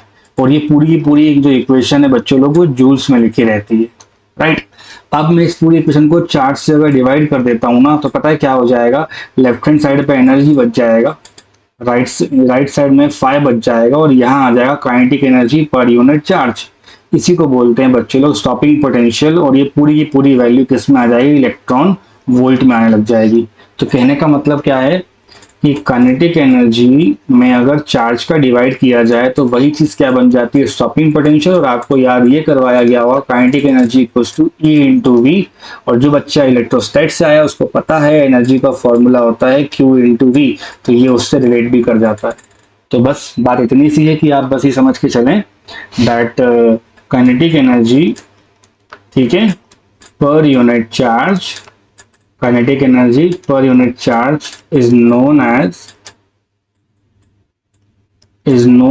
stopping potential। गड़बड़ नहीं करना बच्चों, ठीक है। आप ध्यान से देखो, ये भी इक्वेशन आइंस्टीन की है और ये इक्वेशन भी आइंस्टीन की है। तो आज के बाद में जो मन करेगा वो लिखूंगा बच्चों।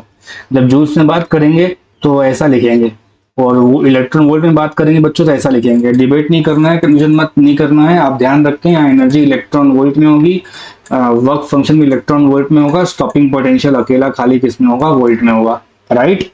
और 1 इलेक्ट्रॉन वोल्ट के बारे में क्या ही बोलूं मैं आपको, मतलब पता होगा 1 इंटू, बोलो इलेक्ट्रॉन की वैल्यू कितनी होती है, 1.6 इंटू 10⁻⁻19, ठीक है। इसी को बोलते हैं जूल्स, यही इसका कन्वर्जन है। आगे काम पड़ेगा, मैं आपको बता दूंगा, ठीक है। आगे देखते हैं। तो बच्चों अब मैक्सिमम स्पीड पढ़ लेते हैं फोटो इलेक्ट्रॉन्स की। जैसा आपको मालूम है बच्चों की यहाँ पे कैथोड होता है और यहाँ पर क्या हो जाता है, एनोड हो जाता है, ठीक है। तो कोई एक इलेक्ट्रॉन के ऊपर चार्ज अपन को पता होता है, इधर चल के आ रहा होगा। तो बच्चे लोग ऐसी कोई बात है कि यहाँ वर्क फंक्शन काम कर चुका है, यहाँ पे एनर्जी फॉल कर चुकी है, तो काइनेटिक एनर्जी मैक्सिमम लेकर के चलकर आ रहा हुआ ये, राइट। आपको वहीं से आंसर लिख देना है, बस अपना बात काम खत्म हो जाएगा। व्हाट आई मीन टू से here is kinetic energy per unit charge, जैसा आपको 2 मिनट पहले बताया मैंने, ये कितना होता है, स्टॉपिंग पोटेंशियल होता है। स्टॉपिंग पोटेंशियल बेसिकली बच्चों ए और सी का डिफरेंस होता है। अगर मैग्नीट्यूड में बात करूं तो ये माइनस करके लगाया जाता है, हालांकि इसकी जरूरत नहीं पड़ेगी अपन को अभी। तो अगर मैं आपसे बोलूं कि काइनेटिक एनर्जी मैक्सिमम लिखने का मन कर रहा है तो क्या बोलोगे sir, negative of e times of V A c. अब क्योंकि ये इलेक्ट्रॉन भी नेगेटिव साइन का होता है और ये चार्ज है, तो इससे यहाँ पे अपन को क्या करना है, इसको यहाँ से मैं हटा दूंगा, प्लस का साइन रख दूंगा, which means that scalar term में जो काइनेटिक एनर्जी मैक्सिमम का टर्म आता है बच्चों, वो E इंटू वी इलेक्ट्रोस्टैट से चला आ रहा है और ये एक्सीलरेटिंग पोटेंशियल के बराबर आ जाएगा, इसी को स्टॉपिंग भी बोल सकते हैं, राइट। तो देखो काइनेटिक एनर्जी मैक्सिमम का मतलब होता है 1/2 होगा, मास ऑफ इलेक्ट्रॉन होगा और वेलोसिटी मैक्स ऑफ इलेक्ट्रॉन होगा। ये समझने वाली बात तो है नहीं बच्चों। E इंटू वी हो जाएगा, इसको नॉट कर देते हैं। नॉट मतलब स्टॉपिंग पोटेंशियल की बात हो रही है, तो यहाँ पे नेगेटिव डाल के सब लिखा जा सकता है। तो एट लास्ट अगर मैं बोलूं बच्चों वी निकाल के दिखाओ कितना हो जाएगा, तो बोलोगे सर जिस मैक्सिमम वेलोसिटी से आपका इलेक्ट्रॉन चल रहा होगा वो हो जाएगा 2। बच्चों उधर निकल जाएगा तो क्या लिखोगे आप, 2E/m इंटू वी नॉट, और इस पे आ जाएगा रूट। ये चीजें पूछी जा चुकी है बच्चों, ध्यान रखना है इस चीज को, ये फॉर्मूला है, इंपॉर्टेंट है। This is the maximum velocity, किसका पढ़ रहे हैं बच्चों अपन लोग, फोटो और इलेक्ट्रॉन। ध्यान रहेगा ये अपन को, तो बोलोगे जी सर बिल्कुल रहेगा, इतना कर लेंगे बच्चों, अपने आगे बढ़ते हैं अपन। Alright, so let us discuss kinetic energy और बच्चों इंसिडेंट फ्रीक्वेंसी का ग्राफ अपन समझ लेते हैं क्या कहता है ग्राफ। ओके, तो बच्चों एक ही फॉर्मूला होता है इस चैप्टर का, सबसे प्रोमिनेंट फॉर्मूला है, वो ये है दैट जितना भी आप इंसिडेंट एनर्जी लेकर के आओगे ना बच्चों, वो कंज्यूम होता है किस किस में, दो पार्ट में। पहला होता है वर्क फंक्शन, फिर किस में चला जाता है बच्चों, वो निकल जाता है आपके पास मैक्सिमम काइनेटिक एनर्जी में। इसको थोड़ा एक्सपांड करके लिख लेते हैं, ये हो जाएगा h इंटू न्यू बराबर, इसको लिख सकते हो h न्यू नॉट, और ये टर्म बच्चों काइनेटिक एनर्जी मैक्सिमम का ऐसे आ जाएगा। आपको ग्राफ चाहिए तो क्या करोगे, किस तरह इसको काइनेटिक एनर्जी मैक्स के फॉर्म में लिख लेते हैं, तो ये लेफ्ट हैंड में आ जाएगा, तो क्या हो जाएगा h new minus h new not. Alright बच्चों, बस इतना ही काम करना था अपन को। इसको इक्वेशन और स्ट्रेट लाइन से अगर अपन कंपेयर करें ना, तो बच्चों पता है क्या दिखाई देगा आपको ऐसा दिखाई देने लग जाएगा दैट एक साइड पे काइनेटिक एनर्जी मैक्सिमम लिखना आना चाहिए और एक साइड पे न्यू लिखना आना चाहिए, ठीक है, एक साइड पे फ्रीक्वेंसी का टर्म आना चाहिए। तो देखो ये हो जाएगा बच्चों वाई एक्सिस, ठीक है, और ये दोनों टर्म ये हो जाएगा mx माइनस ऑफ c। कहने का मतलब है स्लोप आपका कैसा रहेगा, पॉजिटिव, और इंटरसेप्ट कहाँ रहेगा, नेगेटिव, जो कि किसके बराबर हो जाता है बच्चों, इसके बराबर। ये टर्म वर्क फंक्शन है, राइट। तो देखो कंपेयर कर लो, y पे कौन जा रहा है, के मैक्स जा रहा है, देखो हमारा भी जा रहा है। x पे कौन जा रहा है, न्यू जा रहा है, देखो आप ग्राफ में देख सकते हो। तो बच्चों एक जगह पे क्या आता है, न्यू नॉट आता है, और आपको मालूम है स्लोप यहाँ पे क्या है, m को अपन स्लोप कहते हैं और स्लोप है हमारा h। ये क्वेश्चन पूछा जा चुका है, ग्राफ भी आते रहते हैं बच्चों। तो यहाँ से आपका जो ग्राफ बनेगा वो बहुत इजी है, that the graph will look like this. इस स्लोप की जो वैल्यू होती है वो इक्वेशन में लिखी हुई है, इसको पीछे एक्सटेंड करके लाओगे तो ये जो टर्म बनेगा ये वर्क फंक्शन बनता है। ये जो टर्म बनेगा ये बनता है बच्चों काइनेटिक एनर्जी का मैक्सिमम। इस पूरे को ऐड कर दोगे तो यही बन जाएगा आपका इंसिडेंट एनर्जी। ये ग्राफ इतना सिंपल होता है। जो पूछी गई चीजें है प्रीवियस ईयर में वो क्या है, इसका स्लोप क्या होता है, तो मैं लिख देता हूं स्लोप ऑफ, ठीक है, स्लोप ऑफ काइनेटिक एनर्जी और फ्रीक्वेंसी ग्राफ क्या देगा प्यारे बच्चों, तो कहोगे सर जी h होता है, h इज द कांस्टेंट, ठीक है। उसके बाद थ्रेशोल्ड फ्रीक्वेंसी के बारे में बात कर रहे हैं, न्यू चल रहा है, ऊपर क्या चल रहा है, के मैक्स का टर्म चल रहा है। ग्राफ सबके लिए ऐसा ही होगा बिकॉज h थोड़ी ना बदलने वाला है बच्चों, मतलब ये सारे के सारे जो फोटो सेंसिटिव एलिमेंट्स होते हैं ना, उन सबके लिए यही होगा, मेटल होते हैं, ठीक। यहाँ पे मैथमेटिकल समझ में आ रहा होगा कि नीचे कितना है वर्क फंक्शन, ऊपर कितना है बच्चों, के मैक्स, दोनों को ऐड कर दूंगा तो क्या मिल जाएगा मुझे, पूरी एनर्जी मिल जाएगा। जो हमारी कहानी जहां से शुरू होती है, देखो ये दोनों को ऐड करने पे क्या मिल रहा है, एनर्जी मिल रहा है। इतना याद रहना चाहिए अपन को। ऑलराइट बच्चों, अब ना इन लोगों ने स्टॉपिंग पोटेंशियल और फ्रीक्वेंसी का ग्राफ मांग लिया है, तो फिर से अपन वही काम करने जा रहे हैं, ठीक है। कैसे पढ़ोगे आप, तो बोलोगे सर जी एनर्जी का जो फॉर्मूला होता है आइंस्टीन के अकॉर्डिंगली वो होता है 5 प्लस क्या होता है बच्चों, काइनेटिक एनर्जी मैक्सिमम। अब जानबूझ से क्या करेंगे, इसमें अपन चार्ट से इसको डिवाइड कर देंगे। देखो तो लेफ्ट हैंड साइड पे क्या मिल जाएगा आपको, तो बोलोगे सर ई का मतलब होता है h into nu divide by e, और ये हो जाएगा h into nu naught divide by e, और ये हो जाएगा बच्चों पूरा पूरा term kinetic energy per unit charge होता है स्टॉपिंग पोटेंशियल। यहाँ से स्टॉपिंग पोटेंशियल की इक्वेशन लिख डालिए आप, तो हो जाएगा h by E into new minus करके हो जाएगा h by E into nu not. ये पूरा का पूरा टर्म बच्चों वर्क फंक्शन है। इसको फिर से इक्वेट कर लो, y बराबर क्या लिखा हुआ है, mx माइनस सी लिखा है, तो इंटरसेप्ट की वैल्यू बच्चों फाई आएगी, x एक्सिस पे क्या रहेगा और m क्या रहेगा और y क्या रहेगा, आपको अच्छे समझ में आ रहा होगा। This is your slope now. एक गलती करता है बच्चा, वो सोचता है कि स्लोप हमेशा h होता है। अरे नहीं भाई, जब जूल्स वाली इक्वेशन इस्तेमाल करेंगे तो स्लोप h आता है, और जब अपन इलेक्ट्रॉन वोल्ट वाली इक्वेशन इस्तेमाल करेंगे, इलेक्ट्रॉन वोल्ट वाली इक्वेशन, तब ना बच्चों स्लोप h बाई ही आता है, उसमें भी e का डिवाइड हो जाता है। अब हालांकि स्लोप h बाई ई भी एक तरह कांस्टेंट ही कहलाता है। इसको ग्राफ पे कैसे बनाओगे, ग्राफ बच्चों को इस तरह बनाया जाता है, इसका एक तरफ न्यू बनेगा और एक तरफ स्टॉपिंग पोटेंशियल बनेगा। आप सबको पता है न्यू है तो न्यू नॉट भी आएगा, और न्यू नॉट के बाद आपको एमिशन दिखाई देगा। तो ये रहा आप लोगों का एमिशन बच्चों, और यहाँ पे जो स्लोप का टर्म होगा वो इक्वेशन देख के समझ में आ जाएगा कि h बाई ई का टर्म है। इस चीज को आप पीछे लेके आते जाइए और अपना काम करते जाइए, कोई चेंज तो होना नहीं है उसमें। बात समझ रहे हो, कोई चेंज इसमें तो होना नहीं है। तो यहां तक अगर अपन लोग पढ़े तो क्या हो जाएगा ये, है ना।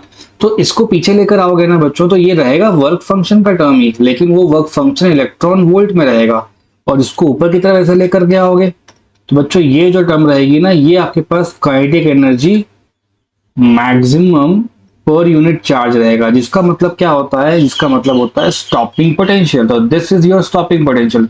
ग्राफ को रीड करना अपन को बन जाना चाहिए, पेपर में आएगा क्या क्या आएगा मैं आपको बताते जाता हूँ। एमसीक्यू लेवल पे आता है तो स्लोप आप क्या मार्क करोगे, h बाई। अगर पूछेगा नीचे क्या लिखा हुआ है तो बोलेंगे sir work function electron volt में, ऊपर क्या है तो बोलेंगे सर यही टर्म तुम्हारे स्टॉपिंग पोटेंशियल के बराबर होती है, राइट। तो इसको सब्जेक्टिव फॉर्म में लिख लेते हैं। इस ग्राफ में slope of stopping potential frequency क्या देगा प्यारे बच्चों, ये देता है आपको h बाई का टर्म। इज दिस ओके, ये आना चाहिए समझ में अपन को बड़े अच्छे तरीके से, ठीक है। चलिए आगे देखते हैं। सो स्टूडेंट्स फटाफट फॉर्मूलाज देख लो आप लोग फोटो इलेक्ट्रिक इस पूरे टॉपिक के। हम सबसे पहले डायग्राम को समझते हैं कि हमने एक नेट एनर्जी फॉल कराया था बच्चों, एक वर्क फंक्शन था, और यहाँ पे काइनेटिक एनर्जी मैक्सिमम मिल जाता है। और as per the Einstein law आपको ये मालूम है, आइंस्टीन की जो फोटो इलेक्ट्रिक इक्वेशन है उससे ये मालूम है कि जो नेट एनर्जी होता है बच्चों, ये वर्क फंक्शन में जाता है और साथ ही साथ किस में चला जाता है, काइनेटिक एनर्जी की मैक्सिमम वैल्यू में। एक तो बच्चों इसका ये पार्ट हो गया। दूसरा इसको ऐसे लिख सकते हैं अपन लोग, एच न्यू बराबर एच न्यू नॉट प्लस हम लिख सकते हैं इसको 1/2, और ये हो जाता है एम वी मैक्स का, यहाँ लिखते हैं बच्चों स्क्वायर। ये टर्म है ना, काइनेटिक एनर्जी मैक्स की टर्म आ रही है। इसको और भी ऐसे लिखा जा सकता है बच्चों, जैसे कि अगर मैं काइनेटिक एनर्जी मैक्सिमम को लिखना चाहूँ, ठीक है, तो ये हो जाएगा आपके पास सीधा सीधा E माइनस फाइ, जो आगे जाके बन जाएगा h into new minus H into nu not. ये भी एक फॉर्मूला बन सकता है बच्चों, एक फॉर्मूला ये भी कहला सकता है कि h यहाँ पे कॉमन आ जाएगा, c कॉमन आ जाएगा 1/λ minus 1/λ naught. So you can use this formula, this formula, this formula and this formula, right बच्चों। इतने फॉर्मूले अपन रैंडमली लगाते रहते हैं। कई बार ये जो इक्वेशन लिखी है वो जूल्स में लिखी जाएगी और अलग से मालूम चल जाएगा बच्चों। यही same equation energy work function plus stopping potential के टर्म में लिखी जाती है, लेकिन ये इक्वेशन इलेक्ट्रॉन वोल्ट के टर्म में लिखी गई है, जहाँ पे एनर्जी भी इलेक्ट्रॉन वोल्ट में होगी, फाइ भी आपका इलेक्ट्रॉन वोल्ट में होगा, और यहाँ पे स्टॉपिंग पोटेंशियल है। तो ये एक इक्वेशन और याद रखें, यहाँ पे स्टॉपिंग पोटेंशियल कितना निकल के आ रहा है बच्चों, ये आ जाएगा आपका E माइनस फाइ। बस एक बात का ध्यान रहे कि यहाँ पे E का मतलब है h into nu divide by e, और यहाँ h into nu naught divide by e. Divide by e करने का मतलब है कोई भी चीज बच्चों इलेक्ट्रॉन वोल्ट में चली जाएगी अगर वो जूल्स में लिखी हुई है ऑलरेडी। ध्यान रखें ये इक्वेशन सर ने इलेक्ट्रॉन वोल्ट में लिख के दी है। एक बात और बच्चों, इसके कुछ शॉर्टकट और फॉर्मूलेज होते हैं जो मैं आपको लिख करके अभी देने की कोशिश करूंगा। आप जब भी किसी लाइट को फॉल कराते हो ना, तो उसके पास खुद का एक h इंटू न्यू का टर्म होता है बच्चों, उसी को hc/λ बोलते हैं। मतलब किसी भी लाइट का वेवलेंथ उसको डिसाइड कर देगा। तो वेवलेंथ हम लोग लैम्डा के टर्म्स में लिखने जा रहे हैं, या एनर्जी के फॉर्मूले लैम्डा के टर्म में लिखने जा रहे हैं, ये ध्यान रखो। तो कैसे करोगे इसको आप लोग, मान लो बच्चों एनर्जी का फॉर्मूला कितना होता है, hc/λ होता है, राइट। तो अगर मैं आपसे ऐसा बोलूं कि बच्चों hc/λ है, ये तो आपके पास जूल्स में है, किसमें, जूल्स में। और अगर मैं एनर्जी किसमें मांग लूंगा, इलेक्ट्रॉन वोल्ट में, तो क्या करना पड़ेगा आपको, hc/λ और यहाँ पे 1/e करना पड़ेगा। तो जरा सोचो कि ये तीन लोग तो कांस्टेंट ही हैं, रही बात आपके लैम्डा की, उसी की तो बात आ रही है। तो कहने का मतलब ये है कि आपके पास एक शॉर्टकट फॉर्मूला है बच्चों, वो ये होता है कि आप बस लिखो 12,400 डिवाइड बाय वेवलेंथ। जो वेवलेंथ किस में होनी चाहिए, एंगस्ट्रॉम में होनी चाहिए। ये फॉर्मूला और ये फॉर्मूला दोनों के दोनों बराबर हैं। When you numerically solve the value for h, c और ई, मतलब कहने का है जैसे एच के बारे में आप जानते हो ना, 6.626 इंटू 10⁻34 जूल सेकेंड। सी के बारे में जानते ही होंगे, 3 × 10⁻8। और इलेक्ट्रॉन का चार्ज तो हम सभी जानते हैं, 1.6 10⁻19। इन सबको रखने के बाद बच्चों एक फॉर्मूला सामने आता है, और मैं सबको एडवाइस करता हूँ ये फॉर्मूला याद कर लो। लैम्डा डायरेक्ट लिख देना आप लोग, एंगस्ट्रॉम में लिया हो बच्चों। और ये एक फॉर्मूला एक और बनता है कि एनर्जी 1240 लिखना है अगर टीचर को, तो लैम्डा वहां आ जाएगा, लेकिन कंडीशन वो लैम्डा नैनोमीटर में रहेगा। These are the two formulae which I would like you to memorise. Okay, let's move on.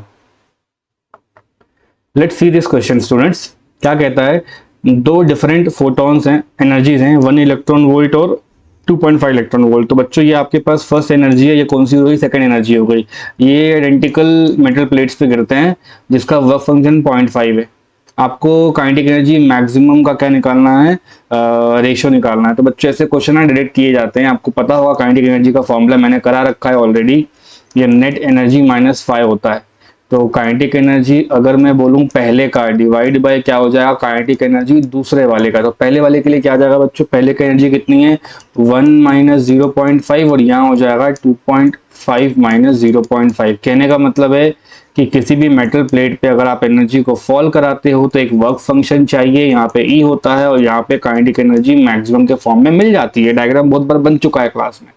तो आंसर कितना हो जाएगा, यहाँ ऊपर बच रहा है 0.5, नीचे बच रहा है बच्चों 2। बात समझ में आ रही है, तो ये हो जाएगा 1:4। ठीक है, नेक्स्ट देखते हैं।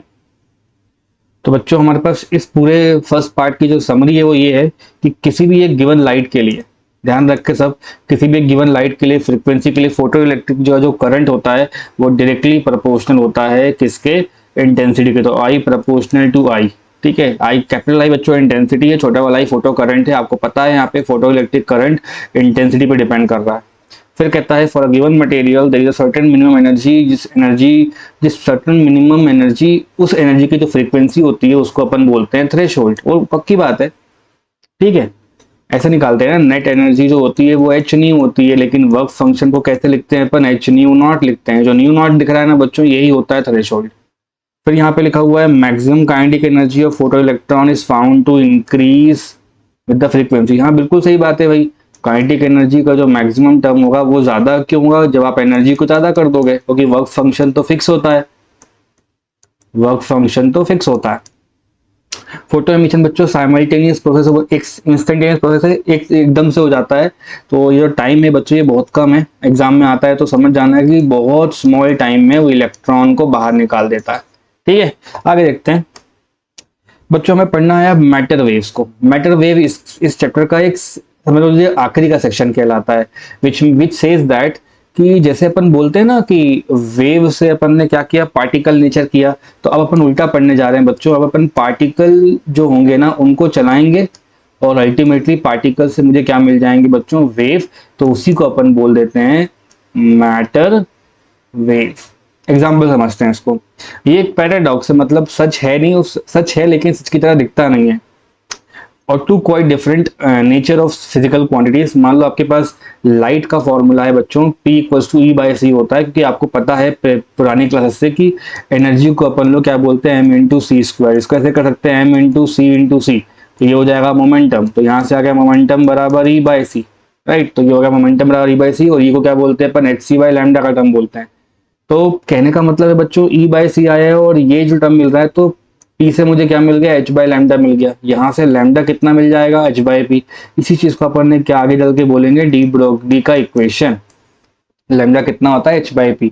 अब ध्यान क्या रखना अपन को, नेचर सिमेट्रिक होना चाहिए। इसका मतलब क्या है कि जो पार्टिकल्स होंगे वो भी रेडिएशन देना चाहिए। ये एक आर्ग्यूमेंट है बच्चों, ठीक है, डी ब्रोगली का, जो एक बहुत ही फेमस हाइपोथेसिस बन गया कि हर पार्टिकल को अगर चलाएंगे तो वेव होना चाहिए। तो लिखा है for a particle of mass m जो चल रहा है वेलोसिटी v से, उसका जो मोमेंटम हो जाएगा वो कैसे देखा जाएगा, वो उसका मोमेंटम हो जाएगा m × v। देखो क्वेश्चन में पढ़ो क्या लिखा है, फॉर अ पार्टिकल जिसके पास मास m है, वेलोसिटी v है, आगे बढ़ेगा तो क्या हो जाएगा, मोमेंटम m भी हो जाएगा। उससे मालूम पड़ा कि जो लैम्डा आता था अपना h बाय पी, वहां पे कितना हो जाएगा, h by m into we.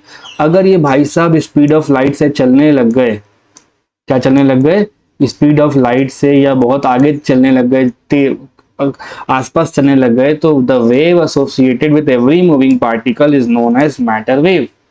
Simple सा लॉजिक है बच्चों, wave associated with moving particle, wave associated, ध्यान रखना एग्जाम में कैसे करना है, wave associated with moving particles,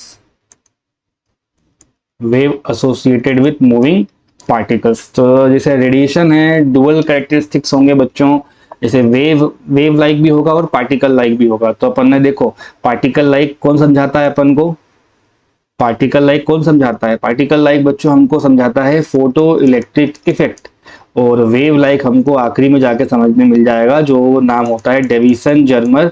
इस साल के बच्चों को इतना टेंशन नहीं लेना, ये सिलेबस से हटा दिया गया है, ठीक है।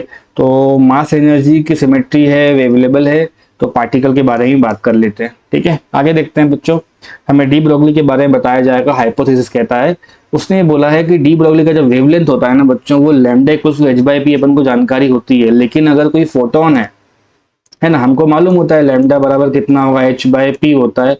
और किसी पार्टिकल के लिए, कोई भी पार्टिकल के लिए अगर अपन लिखते हैं तो लैम्डा कितना हो जाता है, बोलोगे sir h divide by m into v हो जाता है। लेकिन वही चीज अगर कोई बोलेगा भाई साहब फोटोन के लिख के बताओ, तो फोटोन क्या, एक तरह का पार्टिकल ऑफ लाइट है, तो वो बेचारा कैसे चल रहा होगा, तो बोलोगे सर वो ऐसे चल रहा होगा, एम इंटू सी, किस पर चल रहा होगा, स्पीड ऑफ लाइट पे चल रहा होगा। तो लिखा है यहाँ पे for a particle of mass m velocity v, जो डी ब्रोगली का वेवलेंथ होता है वो एम इंटू वी बताया जाता है, जो मैंने ऑलरेडी यहाँ पे मेंशन करा हुआ है। लेकिन फोटोन के लिए क्या हो जाएगा, एम इंटू सी। क्लियर। तो बच्चों अपन इलेक्ट्रॉन के बारे में बात करते हैं। तो डी ब्रोगली वेवलेंथ इलेक्ट्रॉन का निकालने के लिए बहुत आता है, और ये क्वेश्चन डायरेक्टली ऐसा बन के आता है, explain matter waves of particles, ये भी एक क्वेश्चन बन के आता है। तो आपको बोलना है we know that de Broglie का जो इक्वेशन है, डी ब्रोगली का इक्वेशन है वो क्या कहता है, तो बोलोगे सर वो तो सीधा सीधा आंसर होता है lambda equals to h by p होता है। इसको थोड़ा और पढ़ लेते हैं तो बच्चों h divide by m into v होना चाहिए। इसका एक और फॉर्मूला होता है under root of 2m into kinetic energy, और यहाँ पे मैं इसको मैक्सिमम कर देता हूँ। Let us go back to the start of the topic. बच्चे लोग, आपको मालूम होता है कि यहाँ से यहाँ जब पार्टिकल निकल रहा होगा, कोई इलेक्ट्रॉन जा रहा होगा कैथोड से लेके एनोड तक, तो उसके पास क्या होगा, काइनेटिक एनर्जी मैक्सिमम का टर्म होगा, और वही काइनेटिक एनर्जी किसके बराबर आ जाती है, E इंटू वी के बराबर आ जाती है ना बच्चों। वी कौन सा होता है, एक्सेलरेटिंग होने लगता है। अब ये वाली टर्म आप यहाँ पे रख दो, तो आपके पास लैम्डा निकल के आ जाएगा इलेक्ट्रॉन का, या हर उस पार्टिकल का जिसको पढ़ाने की कोशिश कर रहा है टीचर आपसे। ये बहुत ही फेमस फॉर्मूला है, आपको याद रखना है। न्यूमेटर में एच आता है, रूट के अंदर बच्चों 2 लिखा है, मास ऑफ द पार्टिकल लिखा है, इलेक्ट्रॉन का चार्ज है, और यहाँ पे एक्सेलरेटिंग पोटेंशियल लिखा हुआ है। ये चीजें जनरली अपन को उस टॉपिक में पूछी जाती हैं जहां पर क्वेश्चंस रिलेटेड किससे कराया जाता है बच्चों, मास से, चार्ज से और एक्सेलरेटिंग पोटेंशियल से। इतना अपन को आना चाहिए समझ में, इट्स वेरी वेरी इंपॉर्टेंट, ठीक है। अब इस क्वेश्चन में आप ढंग से भी अगर चेक करते हो ना, तो बच्चों अगर इलेक्ट्रॉन का मैटर वेव में पूछूं, तो यहाँ पे h का टर्म कांस्टेंट है, 2 कांस्टेंट है, मतलब सब कुछ कांस्टेंट है एक्सेप्ट आपका v एक्सेलरेटिंग के। तो बच्चों यहाँ पे नीचे रूट v एक्सेलरेटिंग कर देते हैं अपन लोग, और यहाँ लिखते हैं 12.27, और ये हो जाता है एंगस्ट्रॉम। ये एक फॉर्मूला आपको याद रखना है। ये फॉर्मूला कैसे आया है, इन सब वैल्यूज को न्यूमेरिकली मैंने कैलकुलेटर पर रख दिया है, और वैल्यू आ रही है 12.27। So instead of memorising everything in the formula, electron के नाम पे केवल इसको याद कर लो, 12.27 divide by under root of, ये वो पोटेंशियल होता है जिसके बीच में ये इलेक्ट्रॉन ने एक्सेलरेट किया होगा बच्चों। एक एंड पे माइनस होंगे और एक एंड पे क्या हो जाएंगे, प्लस। तो आप बोलोगे सर जी इसने एक्सेलरेट मारा है, ठीक है। तो इसको बोला जाता है एक्सेलरेटिंग, बच्चों बोलो पोटेंशियल, ठीक है। अगर स्टॉपिंग पोटेंशियल दिया होगा तो इसका नेगेटिव पार्ट होता है वो, मैग्नीट्यूड में लिया है तो दोनों बराबर हो जाएंगे। तो वो वाला हल्ला नहीं करना अभी, डिबेट वगैरह की बात। ये फॉर्मूला आप याद करिए, बहुत कीमती है, और इसका स्टैंडर्ड फॉर्मूला होता है h divide by under root के अंदर आएगा 2 into m into charge of the particle और accelerating potential of the particle. इतना हम लोग को आना चाहिए, it's very very easy and very very important, right. So let's take up this question बच्चों। Maximum kinetic energy photo electrons की पूछी है बच्चों, है ना। अगर फोटोन की जो एनर्जी मतलब ये ई का एनर्जी दे रखा है 6 इलेक्ट्रॉन वोल्ट में है और बच्चों फॉल करता है कितना है बच्चों 4 इलेक्ट्रॉन वोल्ट, तो अपन को बताना स्टॉपिंग पोटेंशियल कितना होगा। तो ये थोड़े ब्लफ करने से क्वेश्चन हो रहे हैं बच्चों हमारे पास। मान लेते हैं थोड़ी देर के लिए कि ये आपके पास क्या है, एक मेटल का सरफेस है। इस मेटल सरफेस पे कितना फॉल कर रहा है बच्चों एनर्जी, तो बोलोगे सर ई का वैल्यू क्वेश्चन में गिवन है 6 इलेक्ट्रॉन वोल्ट, कुछ वर्क फंक्शन खत्म हुआ होगा और यहाँ पर क्या होगा काइनेटिक एनर्जी मैक्सिमम की वैल्यू मिल जाएगी। वो क्वेश्चन में गिवन है बच्चों लोग 4 इलेक्ट्रॉन वोल्ट। तो आपको मालूम होता है फॉर्मूला काइनेटिक एनर्जी मैक्सिमम बराबर होता है ई इंटू स्टॉपिंग पोटेंशियल। तो ये हो जाएगा 4 electron volt equals to e into v s. इससे इसको हटा दो बच्चों, आंसर आया अपना 4 वोल्ट। ठीक है, क्वेश्चन देख के समझ में आ जाएगा ये तो। नेक्स्ट है वर्क फंक्शन किसी सब्सटेंस का बच्चों इतना है, मतलब ये फाई का टर्म है, लॉन्गेस्ट वेवलेंथ कितनी निकल के जा सकती है। तो वर्क फंक्शन का फॉर्मूला आपको पता होता है बच्चों, एच इंटू न्यू नॉट होता है। इसको ऐसे भी लिख सकते हैं h c by lambda nought, आपको ध्यान होना चाहिए। अब मेरी बात सुनो, रादर देन राइटिंग एच की पूरी टर्म लिखो, आप सी की पूरी टर्म लिखो फिर सॉल्व करो बच्चे। एक शॉर्टकट फॉर्मूला होता है, अगर ये पूरी इक्वेशन इलेक्ट्रॉन वोल्ट में लिखी है, किसमें लिखी है इलेक्ट्रॉन वोल्ट में, तो एच सी का मतलब होगा 1200 या 12400 कर देता हूं, और यहाँ जो वेवलेंथ आने वाली है ना अपनी वो एंगस्ट्रॉम में आएगी बच्चा लोग, और ये हो जाएगा आपका फाई। तो ऐसे सॉल्व किया जाएगा इसको, बात समझ रहे हो। तो फाई कितना हो गया तुम्हारा, तो बोलोगे सर जी फाई की वैल्यू 4 इलेक्ट्रॉन वोल्ट बोली है अपन ने, तो यहां से आ गया तुम्हारा answer lambda nought equals to लिख सकता हूं मैं 12400 डिवाइड बाय बच्चों 4। ठीक है, इलेक्ट्रॉन वोल्ट में होना चाहिए इक्वेशन, तभी फॉलो करेगा ये। इसको सॉल्व करोगे तो ये हो जाएगा 4 3 इस तरह से आएगा बच्चों। ये वो मैक्सिमम वेवलेंथ होगी, ऑटोमेटिकली एंगस्ट्रॉम लग जाता है।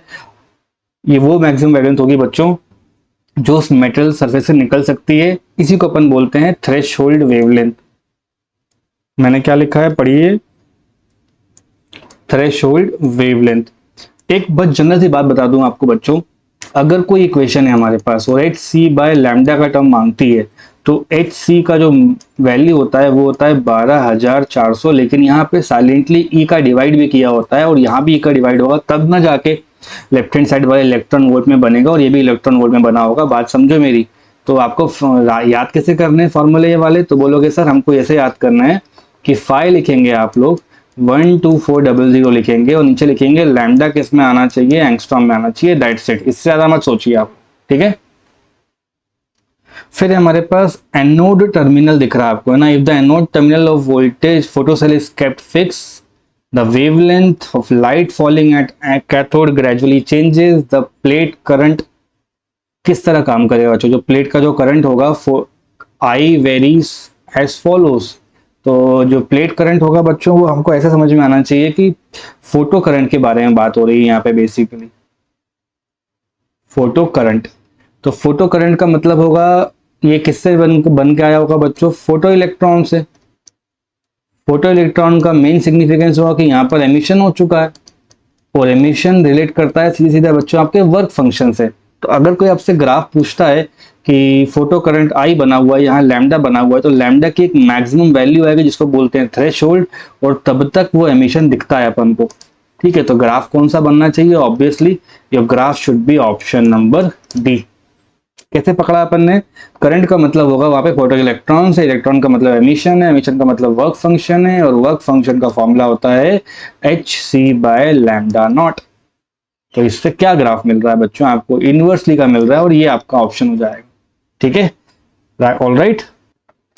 क्वेश्चन में यहाँ पे वर्क फंक्शन पोटेशियम सोडियम का 4.5 और 2.3 दे रखा है बच्चों, उनके थ्रेशोल्ड वेवलेंथ बताने हैं आपको। तो वर्क फंक्शन का फॉर्मूला होता है h c by lambda nought. तो अगर मान लो मैं work function of potassium divide by work function of sodium मांगता हूं, तो ये ऊपर आ जाएगा बच्चों आपके पास, है ना। ये क्या कैसे लिखे हुए हैं बच्चों, ये देखो इन्वर्सली में लिखे हुए हैं ना, तो यहाँ पर आना चाहिए मेरे पास ये लैम्डा नॉट किसका, पोटेशियम का, और यहाँ आना चाहिए लैम्डा नॉट अपने पास बच्चे लोग सोडियम का। ठीक है, तो यहाँ हो जाएगा 4.5, यहाँ लिख लेते हैं अपन, और ये हो जाएगा 2.3 equals to lambda nought of Na divide by lambda nought of K. तो बच्चों ये ऑलमोस्ट ना 2:1 बना रहा है, तो ऑप्शन नंबर ये रख देंगे, राइट। अब उनकी अप्रोक्सीमेट वेवलेंथ बतानी कितनी होगी, और अगर अपन को ऐसा बोलता है कि लैम्डा किसका निकालना है, पहले के का लिखना है, फिर लैम्डा अपन को किसका लिखना है, Na का लिखना है, तो ये हो जाएगा 1:2, ठीक है, depending upon the question. Okay, next है दो आइडेंटिकल फोटो कैथोड है, उन पे F1 F2 फ्रीक्वेंसी गिरती है, वेलोसिटी बतानी बच्चों आप लोगों को फोटो इलेक्ट्रॉन्स की। तो कहने का मतलब है कि ये एक ए हो गया फोटो, और ये कौन सा हो गया बच्चे लोग, बी हो गया। ए और बी पर दोनों पर बच्चों कुछ एनर्जी मैंने यहाँ पर फॉल करी, देखो दिखनी चाहिए आपको, ये यहाँ पर एनर्जी हो जाएगी फर्स्ट, यहाँ पर एनर्जी कितनी हो जाएगी बच्चों लोग, सेकेंड, ठीक, क्योंकि यहीं पे लिखा हुआ है ना उसने HF1, और सेकंड कितना हो जाएगा HF2। लेकिन फॉर्चुनेटली दोनों के पास क्या है, सेम वर्क फंक्शन है, दोनों के पास क्या सेम वर्क फंक्शन है, तो अलग अलग काइनेटिक एनर्जी निकल रही होगी। अगर ये डायग्राम बन गया ना बच्चों आपसे, तो क्वेश्चन सॉल्व हो जाएगा। कैसे करना है सॉल्व, फटाफट देखते रहिए, अपन उसी के साथ चल देते हैं। अगर बच्चों मैं आपसे पूछूं क्लियर कट लैंग्वेज में कि काइनेटिक एनर्जी का फॉर्मूला क्या होगा, तो क्या बोलोगे सर, E-5 होता है, यही ना फॉर्मूला, काइनेटिक एनर्जी फॉर्मूला कितना होता है, E-5। तो पहले वाले के लिए क्या हो जाएगा, पहले वाले के लिए हो जाएगा काइनेटिक एनर्जी K1, वो हो जाएगा E1-5, और यहाँ हो जाएगा बच्चों K2, वो हो जाएगा इसके लिए सेकंड का एनर्जी माइनस, दोनों के दोनों आइडेंटिकल है, राइट। तो क्वेश्चन में देखो 1 में से 2 को माइनस किया गया है, तो फर्स्ट वाले के अगर अपन करेंगे ना, तो फर्स्ट वाले का आंसर हो जाएगा, हमको इक्वेशंस को माइनस करना है 1 और 2 को, तो ये हो जाएगा kinetic energy 1 minus kinetic energy 2 बराबर E1-5 minus of E2 plus of 5 से 5 गया, अपना आंसर आ चुका है बच्चों। कैसे करोगे, तो ये हो जाएगा H बाहर हो जाएगा, और ये हो जाएगा F1 माइनस F2, और यहाँ हो जाएगा 1/2 M बाहर हो जाएगा, और ये हो जाएगा V1 का स्क्वायर माइनस V2 का स्क्वायर। तो आंसर आ रहा है हमारा V1 का स्क्वायर माइनस V2 का स्क्वायर। देखो काइनेटिक एनर्जी का फॉर्मूला लिखा है मैंने बस, तो ये 2H/M आ जाएगा, ब्रैकेट के अंदर F1 माइनस F2 रहेगा। ये ऑप्शन आप मैच करा लीजिए, F1 माइनस F2 वाला ऑप्शन नंबर डी दिख रहा है अपन को, देखो पूरा पूरा मैच कर रहा है। आगे देखते हैं, ये क्वेश्चन है the plot between maximum kinetic energy of photo electron versus frequency, मतलब ऊपर की तरफ बच्चों काइनेटिक एनर्जी चल रहा है, राइट, यहाँ पे क्या चल रहा है, काइनेटिक एनर्जी, और यहाँ क्या चल रहा है, फ्रीक्वेंसी चल रहा है, दो सरफेस का। तो लिखा है which of the two has greater work function, तो ग्रेटर कैसे निकालेंगे बच्चों, इनको अगर आप पीछे की तरफ एक्सटेंड करोगे ना, तो जो फर्स्ट वाला है और जो सेकंड वाला है, तो फर्स्ट वाले का फाई ये कहलाएगा फाई ए, और सेकंड वाले का फाई ये कहलाएगा फाई बी। तो आंसर आ गया मेरा फाई ए बच्चों ज्यादा होगा फाई बी से, फर्स्ट वाले का part. For which metal the stopping potential will be more for the same frequency, तो आंसर हो जाएगा स्टॉपिंग पोटेंशियल डिपेंड करता है बच्चों फ्रीक्वेंसी पे, और अगर आपने फ्रीक्वेंसी को ही कांस्टेंट कर दिया, तो स्टॉपिंग पोटेंशियल फर्स्ट का स्टॉपिंग पोटेंशियल सेकंड के बराबर हो जाएगा, जो यहाँ पर बच्चों ए और बी नाम से दे रखे हैं। ये एक थ्योरेटिकल क्वेश्चन है, ध्यान रखें कि स्टॉपिंग पोटेंशियल एग्जाम में पढ़ते वक्त कि जो स्टॉपिंग पोटेंशियल होता है ना बच्चों, ये सिर्फ और सिर्फ इंसिडेंट फ्रीक्वेंसी पे डिपेंड करता है। तो वो लाइन मैं दोबारा से लिखूंगा, डिपेंड्स अपॉन, यहां लिखा है बच्चों इंसिडेंट फ्रीक्वेंसी। ऑलराइट, आगे देखते हैं। क्वेश्चन है a source of light place that 50 centimetre from photo cell and cut off potential जो था बच्चों वो V0 था, मतलब कोई भी एक कैथोड एनोड रख लो बच्चों, कैथोड और एनोड, तो यहाँ से 50 सेंटीमीटर दूर आपने क्या करा, एक सोर्स लाइट को रखा। कहने का मतलब है फर्स्ट केस में इंटेंसिटी I1 आ रही है, और जो कट ऑफ पोटेंशियल आएगा वो बच्चों को स्टॉपिंग पोटेंशियल कहते हैं, वो फर्स्ट आ रहा होगा मान लो पहले केस में। फिर कहता है सोर्स को ना 25 सेंटीमीटर पर लाया, मतलब इमेजिन करेंगे बच्चे की इसको पास लेकर आ रहे हैं, तो मैं पेन कलर चेंज करता हूँ और इस सोर्स को उठा करके यहाँ से मैंने पास में रख दिया। कितनी दूर रखा बच्चों, 25 सेंटीमीटर। तो आप बोलोगे सर इंटेंसिटी चेंज हो गया, और रियल में बच्चे ना दिमाग में सोचेंगे कि किसी टॉर्च लाइट को पास में लाके अगर एमिशन कराएंगे तो हो सकता है कि यहाँ पे एमिशन में कुछ चेंज आ जाए या स्टॉपिंग पोटेंशियल में चेंज आ जाए। तो आंसर होगा स्टॉपिंग पोटेंशियल डिपेंड करता है फ्रीक्वेंसी पे। किस पे डिपेंड करता है बच्चों, फ्रीक्वेंसी पे, लेकिन स्टॉपिंग पोटेंशियल डिपेंड थोड़ी ना करता है इंटेंसिटी पे, ये तो सरासर गलत है। तो आपको लिखना है we already know that stopping potential is independent on, यहां पर क्या लिखा है बच्चा लोग, इंटेंसिटी कैपिटल आई, इसलिए जो पहले स्टॉपिंग पोटेंशियल था और जो बाद में रहेगा वो सेम रहेगा। तो आंसर हो जाएगा न्यू कट ऑफ क्या होगा, तो बोलना जस्टिफाई करना है। जस्टिफाई करने के लिए लाइन मैंने लिख दी है बच्चे लोग, और इस तरह से एग्जाम में बिल्कुल कट टू कट पॉइंट में बात की जाती है। इंटेंसिटी पे डिपेंड नहीं करेगा। अगर फ्रिक्वेंसी चेंज कर रहा होता है वो रेड लाइट की जगह ब्लू लाइट लाएगा, ब्लू की जगह अल्ट्रा वायलेट लाएगा और दूसरी कोई लाइट लाएगा, तो भले ही कुछ बात हो सकती है, अपन पढ़ेंगे उसको, क्योंकि वहां पे स्टॉपिंग पॉइंट यहाँ चेंज कर रहा है। बट बच्चों इंटेंसिटी पढ़ाते वक्त आपको टेंशन नहीं लेनी है, इंटेंसिटी का कोई लेन देन नहीं है स्टॉपिंग पोटेंशियल से। केवल एक ही इंसान जो इंटेंसिटी पे डिपेंड करता है वो होता है बच्चों अपना फोटो करंट। अगर कहीं इमिशन हो गया है तो डायरेक्टली प्रोपोर्शनल का सिंबल आता है, यहाँ पे बनता है करंट, यहाँ बनता है इंटेंसिटी और ये ग्राफ बन जाता है बच्चों। यहाँ तक का है। इस टॉपिक के बाद बच्चों बनता है हमारे पास डेविसन जर्मर टॉपिक। एनसीईआरटी अगर पढ़ रहे हो तो मिल जाएगा उसमें, लेकिन इस साल जो पेपर आना है वहां पे 30% सिलेबस कम किया गया है, तो इसको हटा दिया गया है। इसलिए मैं अभी अभी के लेक्चर में इसको नहीं सिखा रहा हूँ। Do not worry at all, the whole chapter is been completed in one shot. हमने एक वीडियो में इसको पूरा कंप्लीट कर दिया है और आप इसी तरह कंप्लीट करते रहें, और भी वीडियोस लेकर आएंगे अपन। अच्छे से पढ़ाई करते रहिए, जल्द से जल्द मैं और चैप्टर बना के ट्राई करता हूँ। Wish you all the best my dear students. मेहनत करते रहिए, अपने अपने नोट्स बनाइए, कुछ डाउट्स है तो कमेंट्स में बताइए, and we are all here to help you out. Okay, all the best guys, good bye.